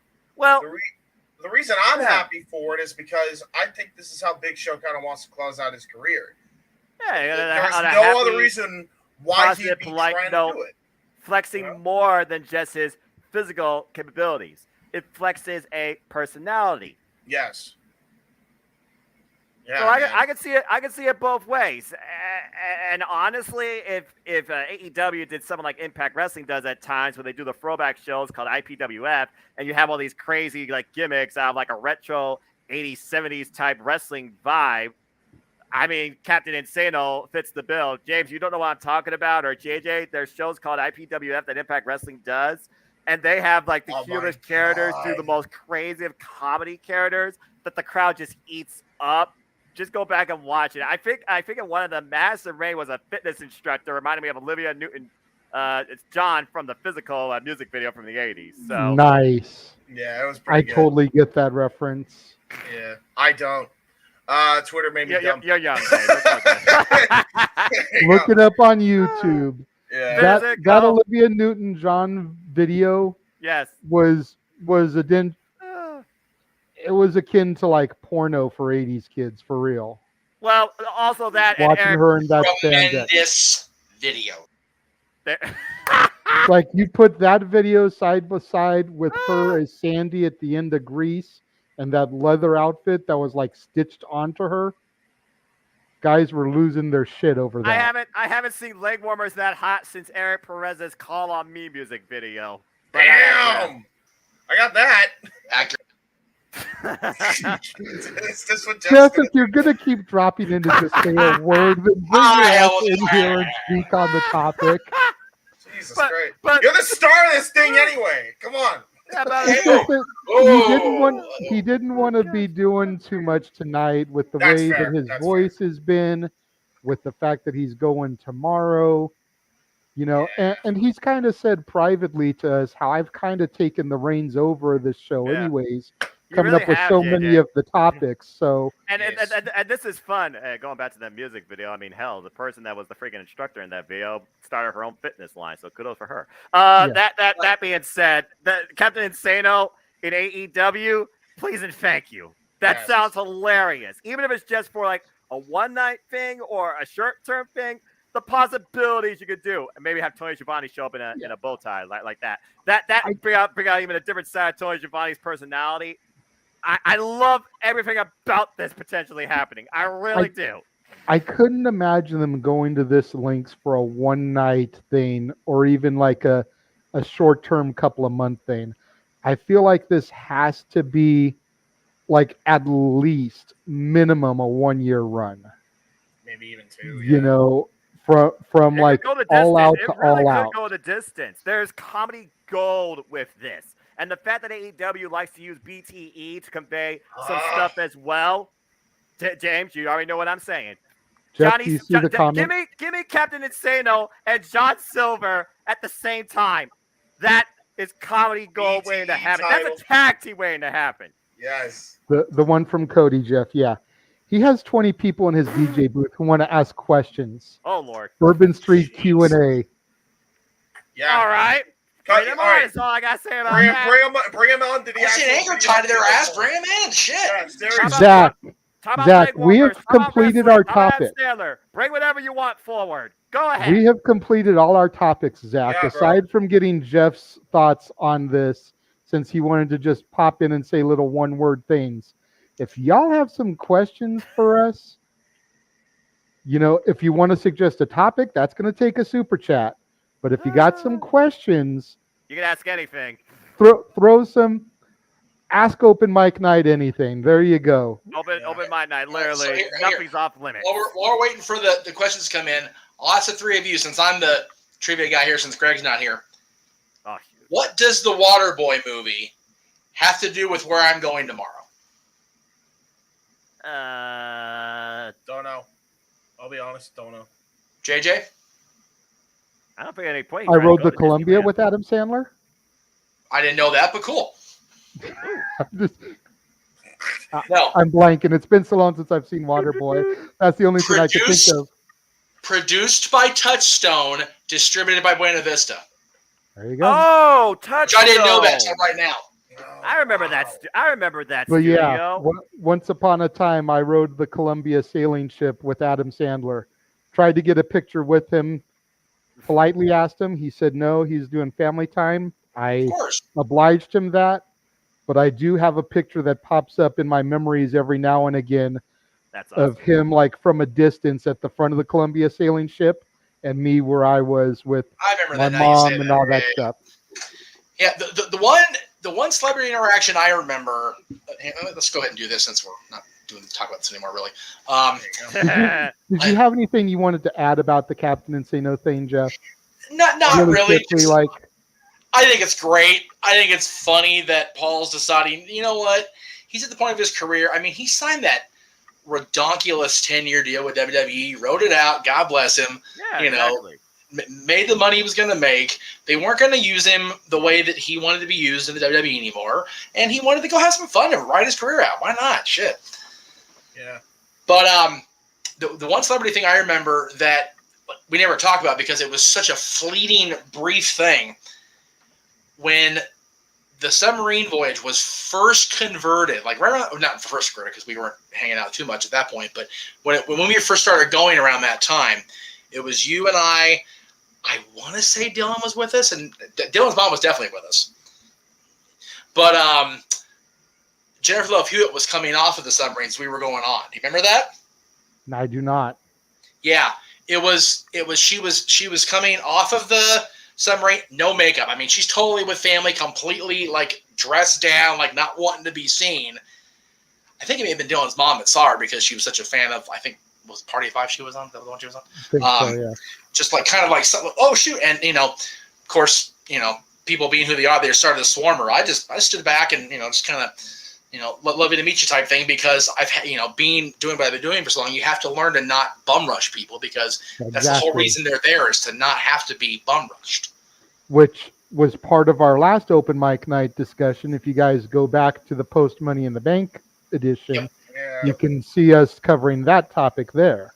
Yeah. Well, because, we brought that up. We were talking about, observing people firsthand, do it on the regular. We were talking about, I saw it as recently as, Survivor Series weekend 2018, the night of TakeOver. I saw one of our people that I've known for years do it, and you sit there, you just go, wow, you talk. It's funny. I mentioned Princess Diana during that topic as far as the paparazzi thing causing her passing. I had forgotten completely that, because I watched it on the Imagineering special recently on Disney Plus, that Princess Di and the boys had gone to Disney World and had one of their guys just take her around. And I'm sorry, it wasn't Disney. It wasn't the Imagineering special. It was the Disney World anniversary thing that was on ABC. Then they moved to Disney Plus. But yeah, she told her guy at the end of it, it was so nice to just be Diana and the boys, and not the Princess of Wales having to stop every freaking 5 seconds or whatever. It was crazy. Excuse me. Wow. God bless you. That's kind of the thing that people forget. It's like, once the cameras stop rolling and once the movie makeup comes off, these are just human beings too. Yep. So amen. We do have a question from the bar. So God bless, or from the DJ booth. Okay. Yeah, So it looks like there's a 2 question there. Yeah, Would we host a Bourbon Street takeover? It would probably have to be the next time that a major event comes to New Orleans. Yeah. A WrestleMania, a Slammiversary, something along those lines. Yep. I've only ever gone to one show outside of California, and that Yeah. was when I went to that Raw in Vegas. Yes. I've never been to a wrestling show other than that outside of California, so it would definitely be an experience for me. But it would have to be something major to bring me that far out of my comfort zone, so to speak. But if the right situation came along, I would absolutely be down for it. Yeah, hell yeah. You know what? You Well, guys also, never seem mind. to be Ding. receiving Also- us so well there right now. I would be all about going and giving back to Hell y'all. yes. To the It would I be- have never been to New Orleans. That's definitely neither one of have I. my cities to travel to. I've been to Nashville and Toronto, and that's about outside the bi-state area of Michigan and Ohio. So definitely count me in. If New Orleans is half as much fun as New Orleans Square at Disneyland, you can count me in. I'll tell you that right now. I will say this: Yeah, it'd be one of two things. Yeah. It would be a major pay-per-view or special event from a company, Yeah. or if like we got booked at Starcast or something like that and it was in the area. Something of that, like if we were booked there or if they had a major company there, one of the two reasons. Otherwise, Yeah, basically, yeah. it's honestly a matter of cost prohibition. That's really what Pretty it comes down much, to. yeah. It's just literally. It's costing, yeah. You know, lodging and travel. That's what it is. And for those that are wondering, why was no one on his phone during that whole time talking? You remember I was talking about the Aaron Perez call on me video and the leg warmer feint, the lead Yeah. model? I was looking up her name, Deanne Barry. She still looks pretty darn good. Yeah, And yes, runs she her own does, studio. man. Yes, she does. Yeah. Kudos and to then her. the other question in the room: how would we book Liv Morgan as Lily? Are you talking about Alexa Bliss's doll Lily? I Okay. wouldn't, for one thing. I wouldn't. No. Yeah, there's- no. No, we finally have Liv God. Morgan with the championship. Let's just run with that for a minute. Yeah, I mean, please. Liv Morgan. If you want to team them, I'm fine with that. Just No. don't make it Liv. Okay, look, first off, we already know that women tag teams does not work in WWE. They work in NWA. They work in Mission Pro. They work in ZCW. They work in Stardom. They work in Impact Wrestling. They work in AEW to a degree, but I digress. Just That ask being for Jaden said, Roxanne Perez how that went for him. hey-oh. That being said, I mean, Alexa Bliss versus Liv Morgan would be an interesting championship program. Yes. But honestly, Lily might as well be locked away in a storehouse, never to be seen again. Please. I Please walk her away. I honestly don't mind Lily being on TV still, as far as, you know, that little bitty tie to, you never know if Alexis is going to completely snap her twig again. Just don't actually do it. That's all. Yeah, Because I like Alexa with that. Unless Bray's coming back, don't do it. No, not even that. Number one, I don't want Bray to go back. And the reason I don't want Bray to go back is because he's very much in the whole CM Punk mindset is he's never going to get better in the place he got sick. And That's fair. being there made him ill to the point of he just doesn't even want to do it anymore. I don't blame him. I really don't. Again. But as far as Lily and Alexa goes, I am perfectly happy with having the almost goddess back. Agree. But there's always that wonder of, is she going to jump her trolley again if you say the wrong thing? I'm okay with that. Just don't have the trolley actually lose off the tracks. That's all I'm saying. Put Lily in a glass case on display like Annabelle, and she comes to life one night. Next thing you know, Bliss flips her lid. Well, don't give them ideas. Don't have them in a date with Chucky in a heartbeat. I don't mind. I'd be Lily down being for in a that. glass case as long as that doesn't lead to Alexa being a mayor of a city, because we all know how well that went for another former WWE superstar. I'd be Whoops! down I went for to that that, politics James. again. Oh dear. I'd be Anyway. down for that, James, because it could start a feud with Tiffany. No. No, because I actually enjoy Jennifer Tilly having her limbs intact. She's pretty hot. So I wanted Alexa to beat her up too bad. Just saying. Real quick, since we're on that subject, Oh, here we if go. they do decide to do that, We've got off you the have to rails. hire like one of those like action figure editors, you know, the ones that do like the freaking wrestling matches with the action figure. You gotta hire one of those people because they're the only ones that can bring that crap to life. You got Okay. All right. I'm glad you brought up. I'm glad you brought up action figures. I saw a post. That I'm going to briefly on Starcast for a second here. I usually don't. I usually put over Conrad and all his stuff because, without question, it's my favorite podcast outside of our own stuff. So, 100%. thank you very much. Fair enough. If you know what I'm talking about, then you do. If you don't, my world, watch that shit and listen to it. Woo! They're having thank you. They're having a thing there at the weekend where you can go into a booth and have yourself, and as of now it's Nate, Lita, and a couple others scanned as a display action figure pair. What? But they're charging like hundreds of dollars. Oh my god. Now, That's crazy. and again, you guys were talking earlier about spending all that money for one person or one thing. This is where you find out who the freaking crazy gravies are from the real hardcore nuts, right? Because like these people are going to Nashville as it is to go to SummerSlam, to go to StarCast, to see Flair's last match, to all the stuff. The peripheral stuff is just crazy. Like Now wait a minute. Do you actually get an action figure of yourself? it's not an action figure. It is it's one of those where you don't play with it. It's not a doll, man. It's an action figure, but you display it. But yeah, it's you and Ric Flair. You go in the booth together. They scan you and they give you the 3D print figure. 3D That's print. actually pretty Okay. dope. It is pretty dope, Jay. I agree with think that, I would go for something like That's that taking for a guy. pictures with your favorites to a whole nother level.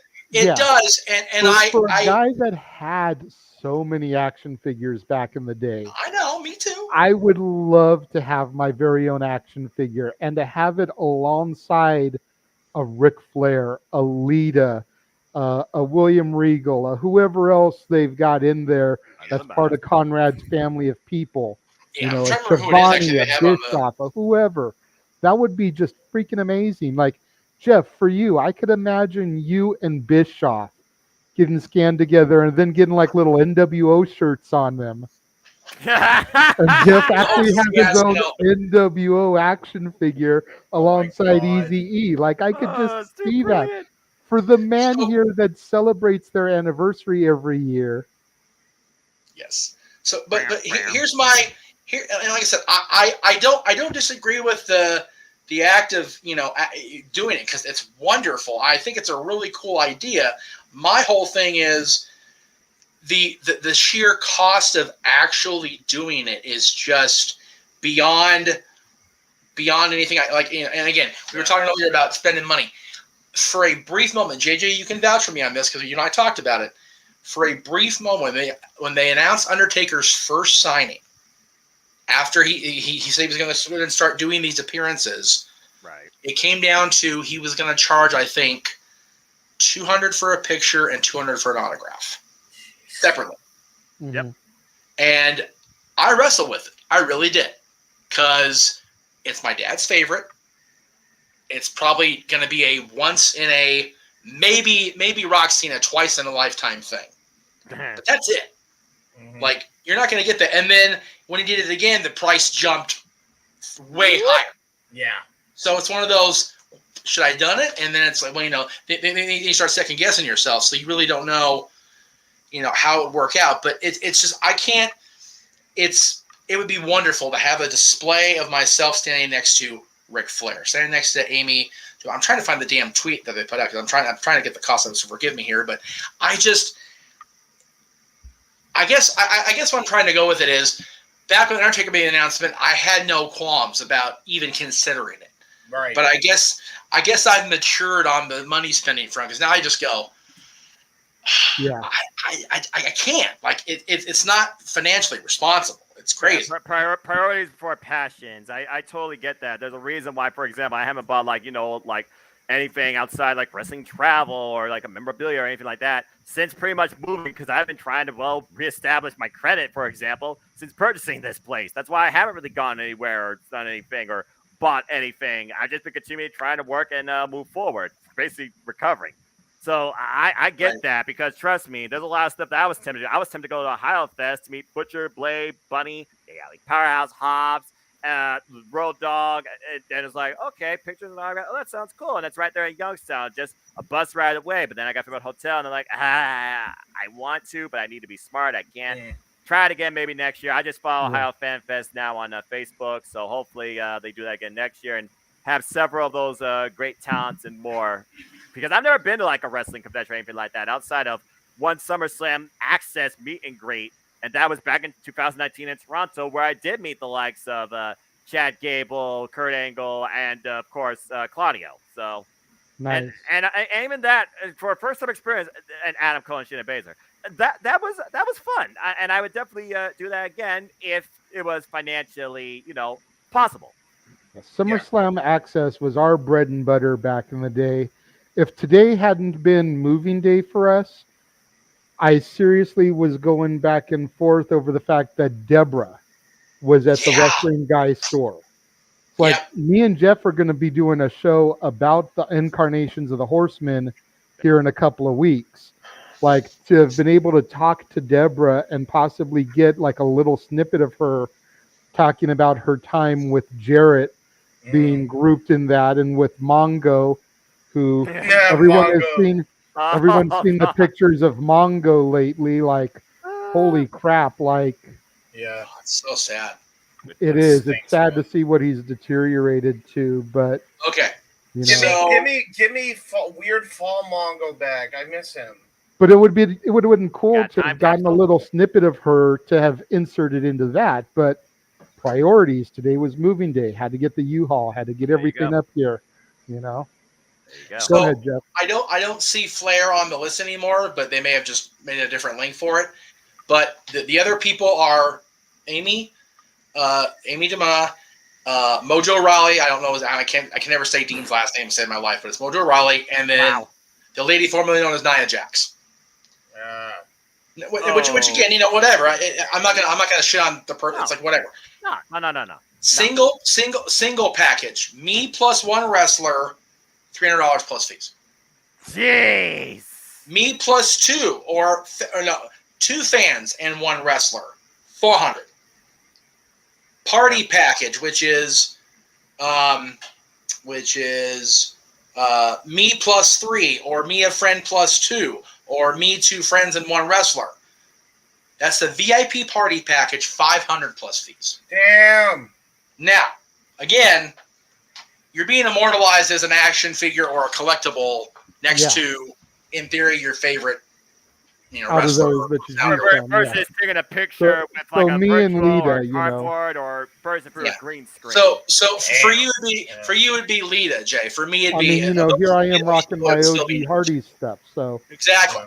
So Lita would be perfect. For $300, like again, it's all about priorities. Like Noah said, for me right now, no way in hell. But the Powerball hits. Okay, yeah. It's like $1 billion, so I got 30 cents. That's about how rich I am. So there you go. There you go. That nickel you found looking for the WWE booking sense. Yeah, exactly. Booking sense. JJ and I were talking about it the other day because I was thinking about Disney and everything, and just found myself down a rabbit hole because of how much a membership to the exclusive club that Walt founded in the 60s, Club 33, is in the high tens, numbers-wise, of thousands of dollars per year. And it was like, can you imagine hitting the Mega Millions or something like that and having that kind of money where even if you get the lump sum and you get half of it, pay off your house, pay off your debt, make sure the tax on the house or whatever taken care of, make sure your family's set, and then just not give a shit, and then just off you go. Yeah, and just spend that kind of money on stuff like that. That would be great. It's crazy, right? The sad thing is, Jeff, you're literally going to talk about realistic stories of people that have done that and still somehow put themselves in a worse situation than before because, again, they lost their bleach. Yeah, exactly. Well, it is now past the 9 o'clock hour, which means it's past midnight in the East Coast. I do want to have JJ go ahead and take us home here because I know it's getting super late. Real quick, but I also wanted to do a little bit of a skit here for the New Orleans people because I don't know if they're still working. But I just wanted to do this little bitty for you guys here. All right. So, am I gonna have to or walk ditty off? rather. So, this is for all my homies that work in pizza shops in New Orleans. Credit Family Guy. We're all just blocking the street. We're all just blocking the street. Oh, come on. I got to get this pizza. It's got to be delivered in half an hour. We don't care. We're walking down the street. We're all just blocking the street. I have to deliver this. It's a company promise. Damn it, James. You freaking idiot! That's We love it. I Zach, don't care if about you my and- job because I'm just walking the street. Zach, if you and all your friends on Bourbon Street are still watching us, They're not thank now. you once again. Oh, no, Thank they you hate me. once On the again hill. for giving us that much coverage Yes, that's really cool. We Yes. and appreciate that. exposing Appreciate that. it. Like all those of you Oh guys my that have been God. watching on Bourbon Street, if you haven't already, go subscribe to our YouTube channels. Yeah, absolutely. We have so Yeah. much content that we put out on them over a consistent basis during the week. James, why don't you go ahead and start your plugs? Absolutely. Well, He's working on it. I just loaded it up right now. Here's what we got first on the docket. It's actually going to be my grandfather's book first. Oh. No. So Interesting. he has a book called The Magic of the Team, and I'm so glad this is in New Orleans. I know most people probably wouldn't be a Red Sox fan down there, especially, but my grandfather actually played for the team in 1955, and that's him circled right there. And he is currently actually we don't know how long he has, but he's currently on a bed right now. He's bedridden. So, Man. and that was due to lots of complications, including up to and including COVID, and he somehow survived all of it. But I don't know how long he's got. So he just wrote his book, The Magic of the Team. It's published now. I got an autographed copy sitting right there in the kitchen right now, and my dad has his own. So that's the first thing I want to plug. If you're interested in baseball, you definitely would like that. So give that a shot. Obviously, I think if you're a baseball fanatic, you'll love it, and I think you'll get to know about how I was created because he created my dad, and the rest is history. You see the guy that's standing in front of you today. So check that out. Magic of the Team, available right now on Amazon. As far as content that I am producing and that my friends are producing, I want you guys to check out For the Win Productions, which includes A Simple Man Studios, myself, Jay Hebert Studios, and Insanity Works Studios, along with a few others. Fighter Fest, all coverage on my channel. Check it out right now. Retro Wrestling Review Series, SummerSlam 92, 2000, and 2002, all on the Wrestling Fortune 44 Incorporated channel. You can check out our podcast timeline on the Jeff Hardy situation over on my channel. You can check out my NASCAR Thunder 2004 Let's Play on my friend Casey's channel. You can also check out our Gold Rush watch-along on my friend Casey's channel. You can check out our collab stream featuring ATW View and the Wrestling Rundown on Noah and Owen's channel. You can check out my road to 100% on Super Mario Sunshine on Casey's channel, as well as WrestleMania 19 Revenge Mode on Casey's channel, the Indie Force episode 25 over on my channel, as well as AEW Blood and Guts, which is a watch party we did. If you haven't checked that out, I would highly do so. Obviously, the Jeff Meacham Network will be doing live coverage of Death Before Dishonor every weekend since its relaunch, AEW Spark on my friend Owen's channel. Check out our Super Mario Brothers Z voice acting dub on my channel. Both episodes are there right now. Every Tuesday, I actually created a live rounds intro. Definitely check that out if you haven't already. And, of course, WYW Immortal. I don't know if there are any fans that are in New Orleans that know about WYW Immortal. I know of a couple. So if you heard it from a guy named Hibiki TMD, that me. Hello. There you go. All Wow, there you proceeds, once James Montez go to get him some melatonin, so his ass can sleep. Anyway, Keep in mind, most of the stuff that I promoted have been in the can. So There you go. there you go. Scott, welcome. I was smart. The Good to best see you, place. Yeah, Scott. right. I know all about canon stuff ahead of time. Scott, you're a little bit late, but welcome to the party. Appreciate Once you, we Scott. go off the air, feel free to go back and rewatch this. 5 good topics tonight. Noah, what have you got to plug tonight? Again, it's always a pleasure being here with you, gentlemen, and thank you to everybody that constantly tunes in to this fun, organized, and yet still very unscripted platform that we've come to create and enjoy, known as the Open Mic Night. But if people want to know more about me, know this. I am just a simple man and a lifelong fan of professional wrestling. Damn it! Buy the shirt. but I digress. Find me on Instagram, Twitter, and YouTube, and at Foster1916 for all things wrestling. Shout out to my ATW family, of course, on Twitter. We'll be back with another ATW view, I believe, as we get closer to AEW All Out. I will be back later this week, of course, on the Jeff Beecham Network, which we also will plug and promote. Bringing you play-by-play coverage and reactions, of course, on Death Before Dishonor, the next pay-per-view and the relaunch of Ring of Honor. And hopefully we finally get some sort of streaming or TV deal, too. As always, I like to conclude, there are no winners, no losers, no bears. There are just fans with own opinions for this passion we all share. At the end of the day, folks, support one another and respect each other. Protect your mentality, too. Don't let social media rule your life or dictate your fandom, especially, too. And just enjoy life and enjoy professional wrestling. It's as simple as that. Real quick, also, I want to promote this for you, Noah. What's up? Everybody go check out Noah and my friend Casey's coverage on the G1 Climax. Oh, Really yeah. awesome stuff. Oh, yeah. Really good stuff. I You guys appreciate did a that. Thank you. Yeah, bang-up me and job Casey there. will definitely be doing more of that. Maybe after the first couple opening days, maybe halfway through. As literally the day 2 of G1 Climax 32 is literally 52 minutes away. So there you go. Yeah, Because during the definitely check that out. G1, sleep does not exist. At least No. not under a normal schedule. Quick question for either Meacham or Noah, as you guys are a little bit more in tune with the no DQ side of things than I am. Are there going to be prediction shows this week for Reign of Honor? I have not heard anything from Sheriff Riff, and considering how much I think he is aware of the product, despite how much AEW talent's involved, likely not. But on my Sipple channel, Sipple Studios, there will be at least me and Jerry Slaughter doing pre predictions for Ring of Honor, Death Before Dishonor, tentative time, live Thursday, 5 p.m. Eastern Standard Time. So stay tuned. And Okay, of course, 'cause I was we'll gonna have, say- we'll have our hour and a half lead into the Death Before Dishonor next Saturday to give our own Right. predictions. So there you go.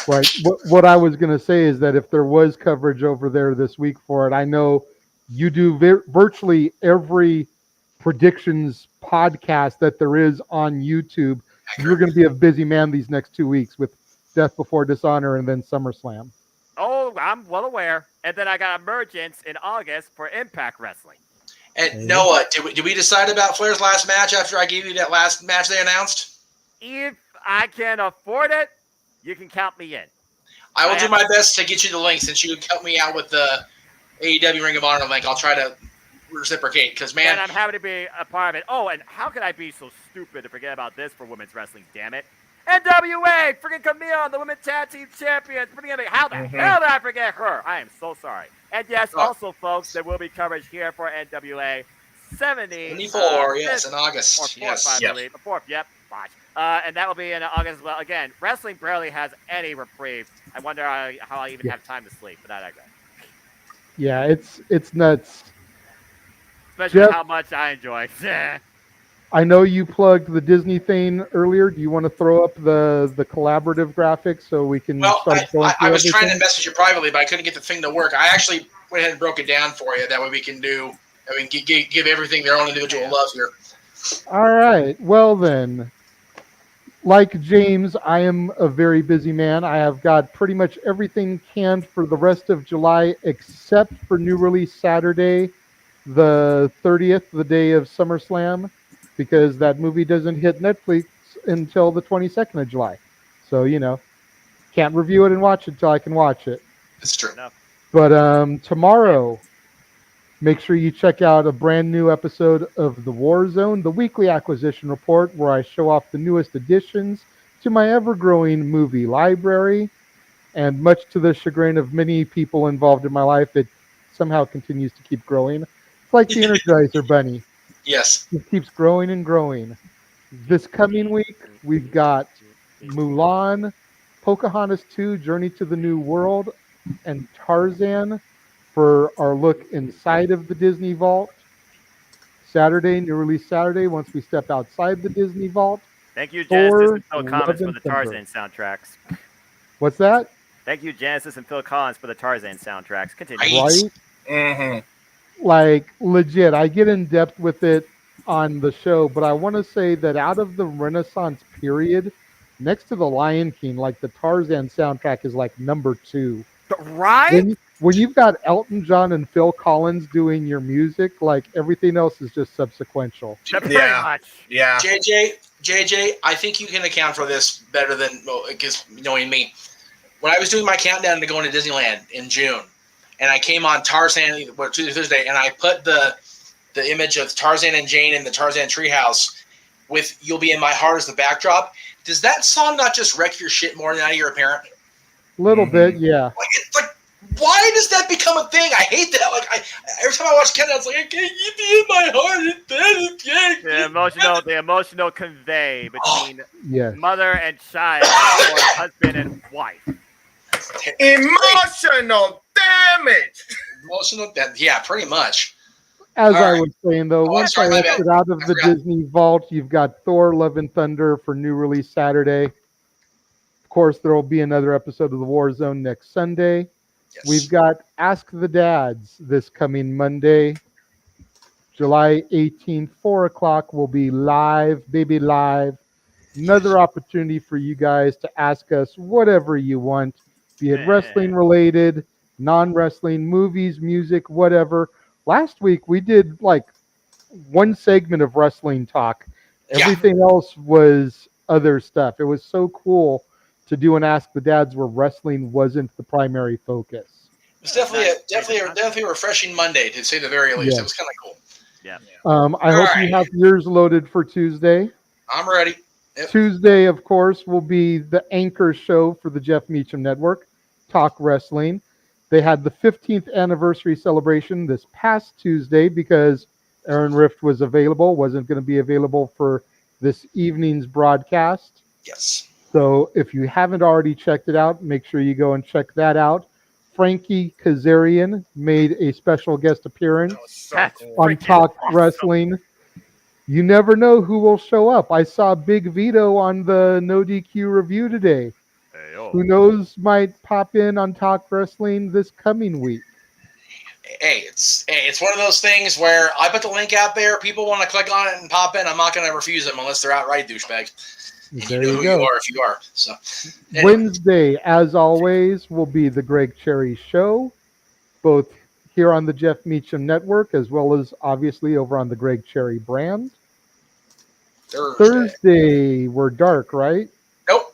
Well, No, we are, but Greg's not. Okay, Thursday over on the Greg Cherry brand, the Jack of All Trades, first ever tag team episode. Yes, looking forward to it. And then, of course, the big one, a week from tonight.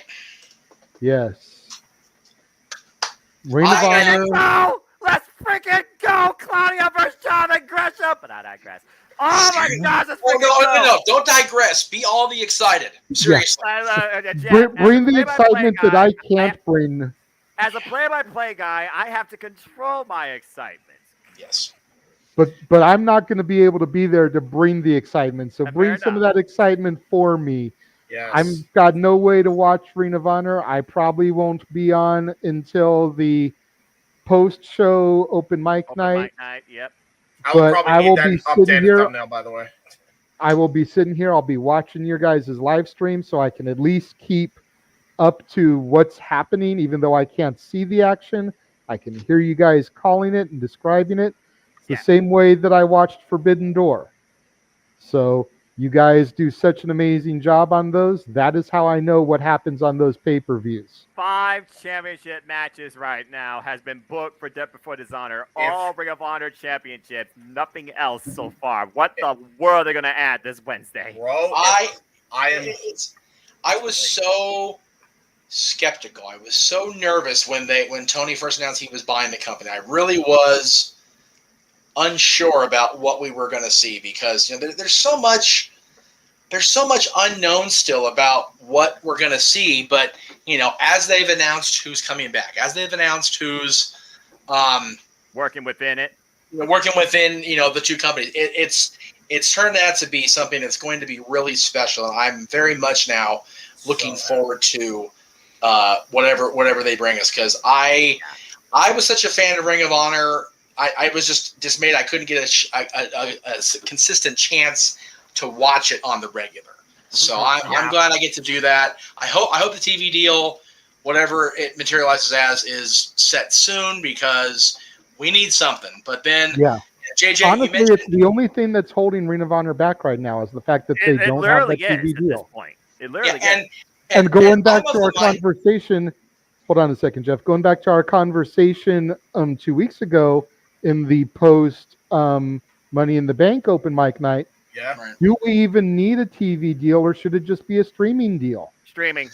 You know, talking about what's Hey. been going on and how viewed Money in the Bank was, and the ratings just aren't what Yeah. they used to be during the awards. Should it just be a streaming deal? At this point, cable and satellite are becoming irrelevant forms, outdated forms Yeah. for media attention. The money is just not there because the audience is so easily connected to find this content through cheaper means at a fraction of the price. It's I not would- worth it. I would almost HBO Max rather is where to them go. do. I would almost rather them do what they used to do with like WCW and like once a month film 4 episodes and just have it be an exclusive Hulu series. And Right. each week an episode drop. And like when week 2 drops, they're doing another set of tapings. So that once episode 4 drops, you've got already up to 8 canned. Well, I mean, And then Impact when Wrestling 6 drops, you've calls got for up to product. 12 canned, you know? Yeah. And just work it like that. Do a month worth of tapings at once and just make it a Hulu original series. Every week you got a brand new ROH. Impact Wrestling and AEW Dark literally do that. They tape a bunch in a single session and they play it out over several weeks. And both of which are accessible on YouTube, while one of them is actually put on Access TV. Yeah. Yeah. So There It's gonna you be go. interesting. And It's gonna then- be interesting. Oh, by the way, real quick, if Claudio wins this, you guys, if he breaks the world title curse, you guys realize that means that that the Blackpool Combat Club is going to have 3 world titles in their possession. I'm here for it. That's It's same. Claudio I'm just- Castagnoli- Moxley has 2 right now. technically, yes. Claudio He's in WWE, Castagnoli has WCW been a too. world champion before. He Yeah, was he- Pro Wrestling Gorilla World Heavyweight Champion. Right, but yeah. not Ring of Honor. Not No, Ring no. of Honor. No, But he but should be. No, but I'm just saying he has been a World Heavyweight Champion before. I know. So it's not like there's this curse upon him. No. It's just not a title that is as acknowledged as the NWA, the Impact, the ROH, those other Right. titles. And of course, Jeff, as you know, the NWA, they're doing the chase for the gold right now to figure out the new number 1 contender for the NWA 10 pounds of gold. And we just had Kylan King versus Allison Kay, and we now know who sets up for Camille. Here we go again. And you're talking about contenders to titles. NXT is supposed to have a 20-woman battle royal to see who's going to fight Mandy next. Bailey's teasing that she may appear in it. I'd be okay with that. Bailey? Yeah, Why not? she's ready for a comeback. Yeah, that's a reverse Josh of- mentioned in the comments way back in the chat before he Same took as off Bailey. for the night that he was supposedly announced for SummerSlam. What if she comes back on NXT, works a small program with Mandy just to kind of like get back in the swing of things before coming back to the main roster? I'd be all about that. I mean, honestly, people think that Bailey should be back on the main roster because Raw and SmackDown need that sort of star power, and I could agree to a degree. But if you're going to try and do something with this NXT, Yeah.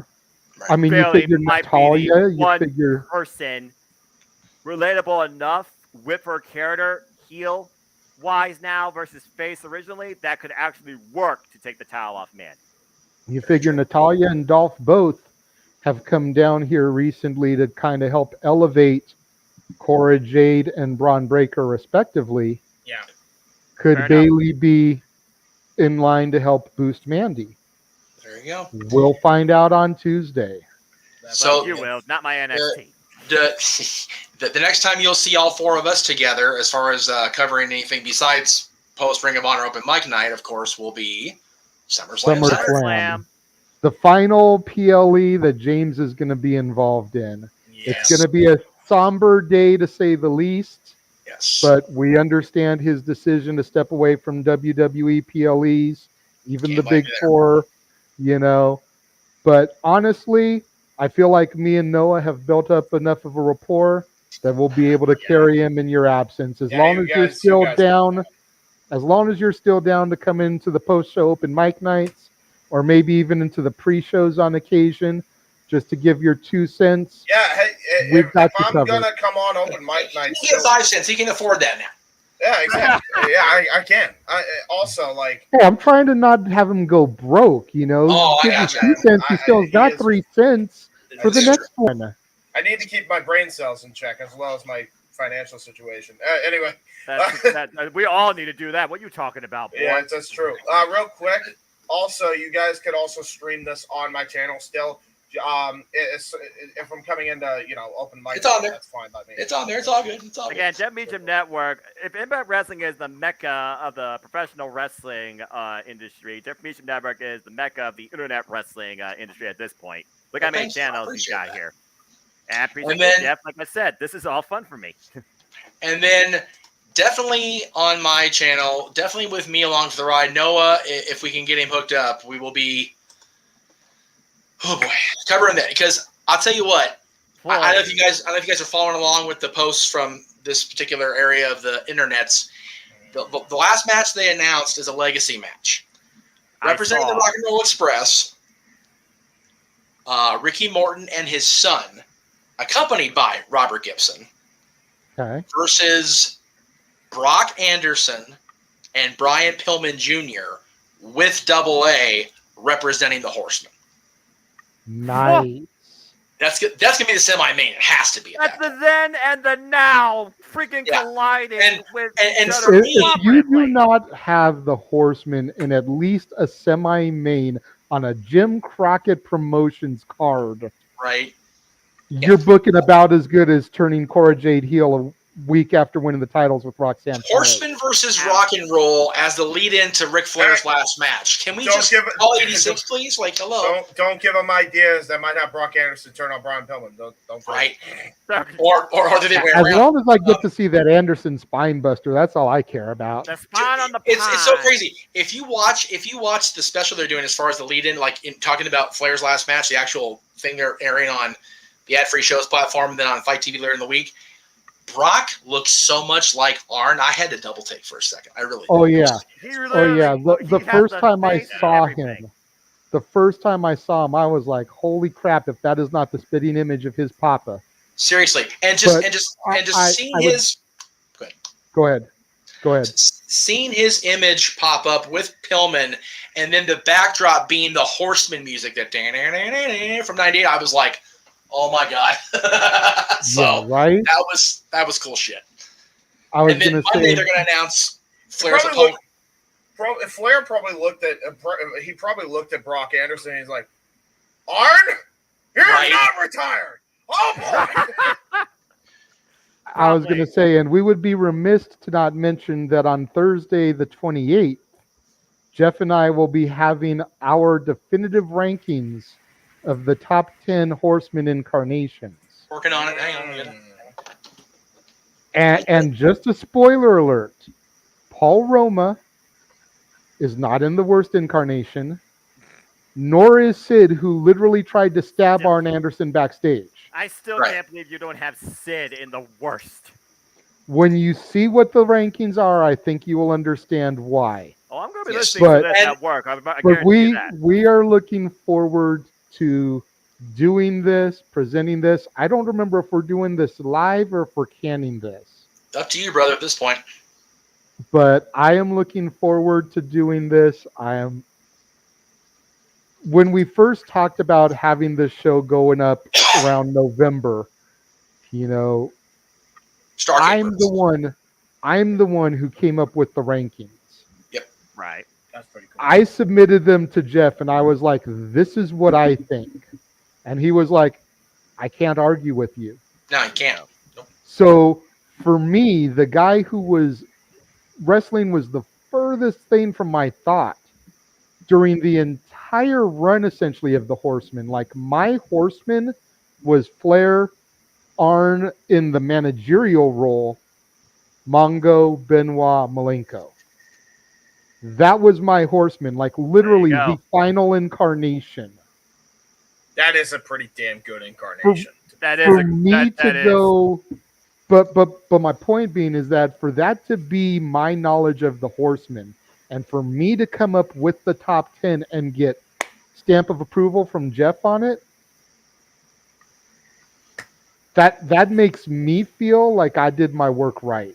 that, Because that means no, you're you don't understand. Like the minute that Ric Flair and the Four Horsemen DVD dropped, I was on a bus to Circuit City, bought it.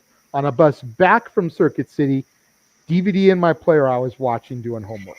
That is To still this day, it is one of my favorite WWE produced bio DVDs of all time. yep. fair enough. Because it gave me all that knowledge and history about the greatest stable ever, period. Fight me on it.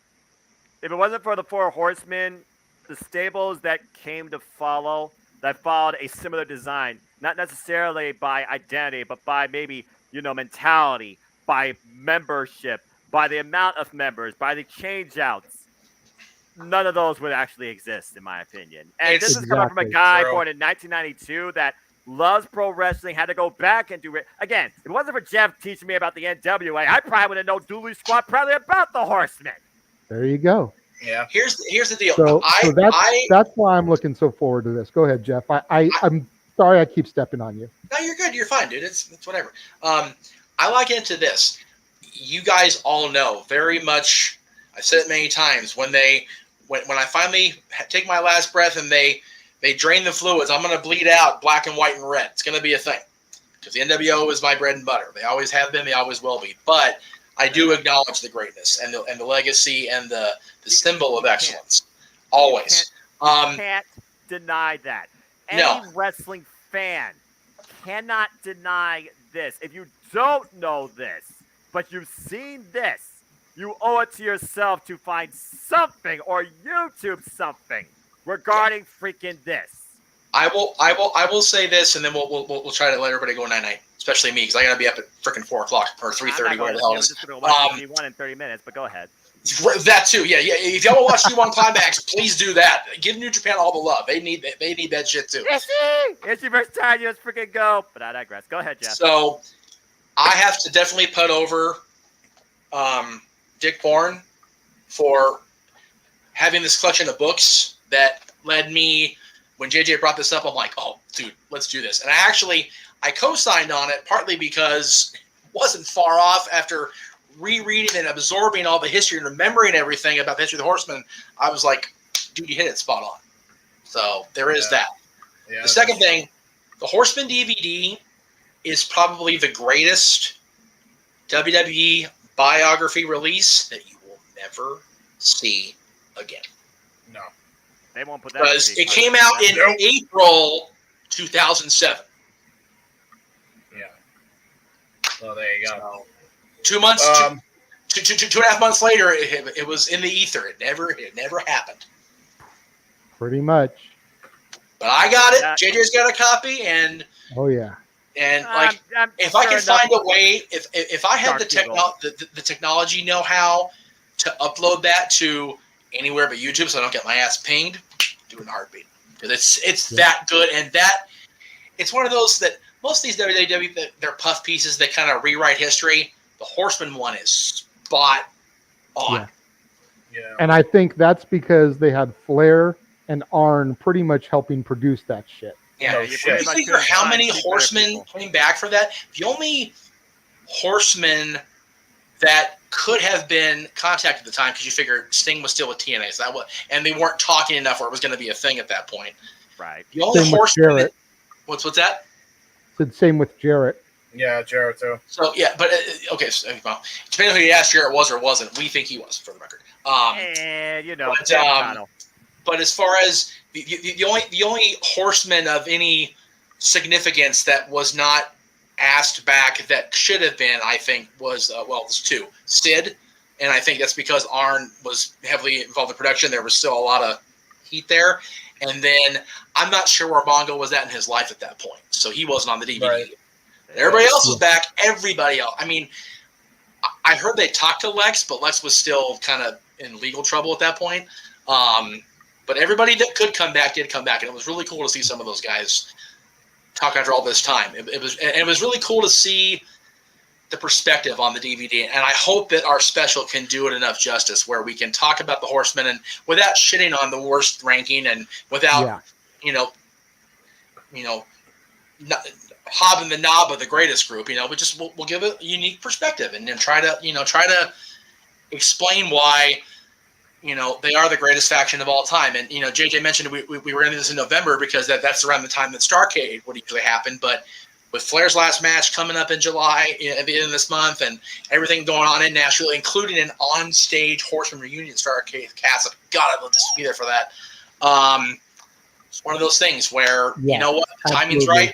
Let's do it. Make some money on it. I do have to say, in complete sarcasm, incorrect. The actual greatest Horseman incarnation was the Fortune 4. I win the Q&A. Fuck you. I'm going to leave you with this as we kidding. wrap up. Yes. I'm going to leave you with this as we wrap up.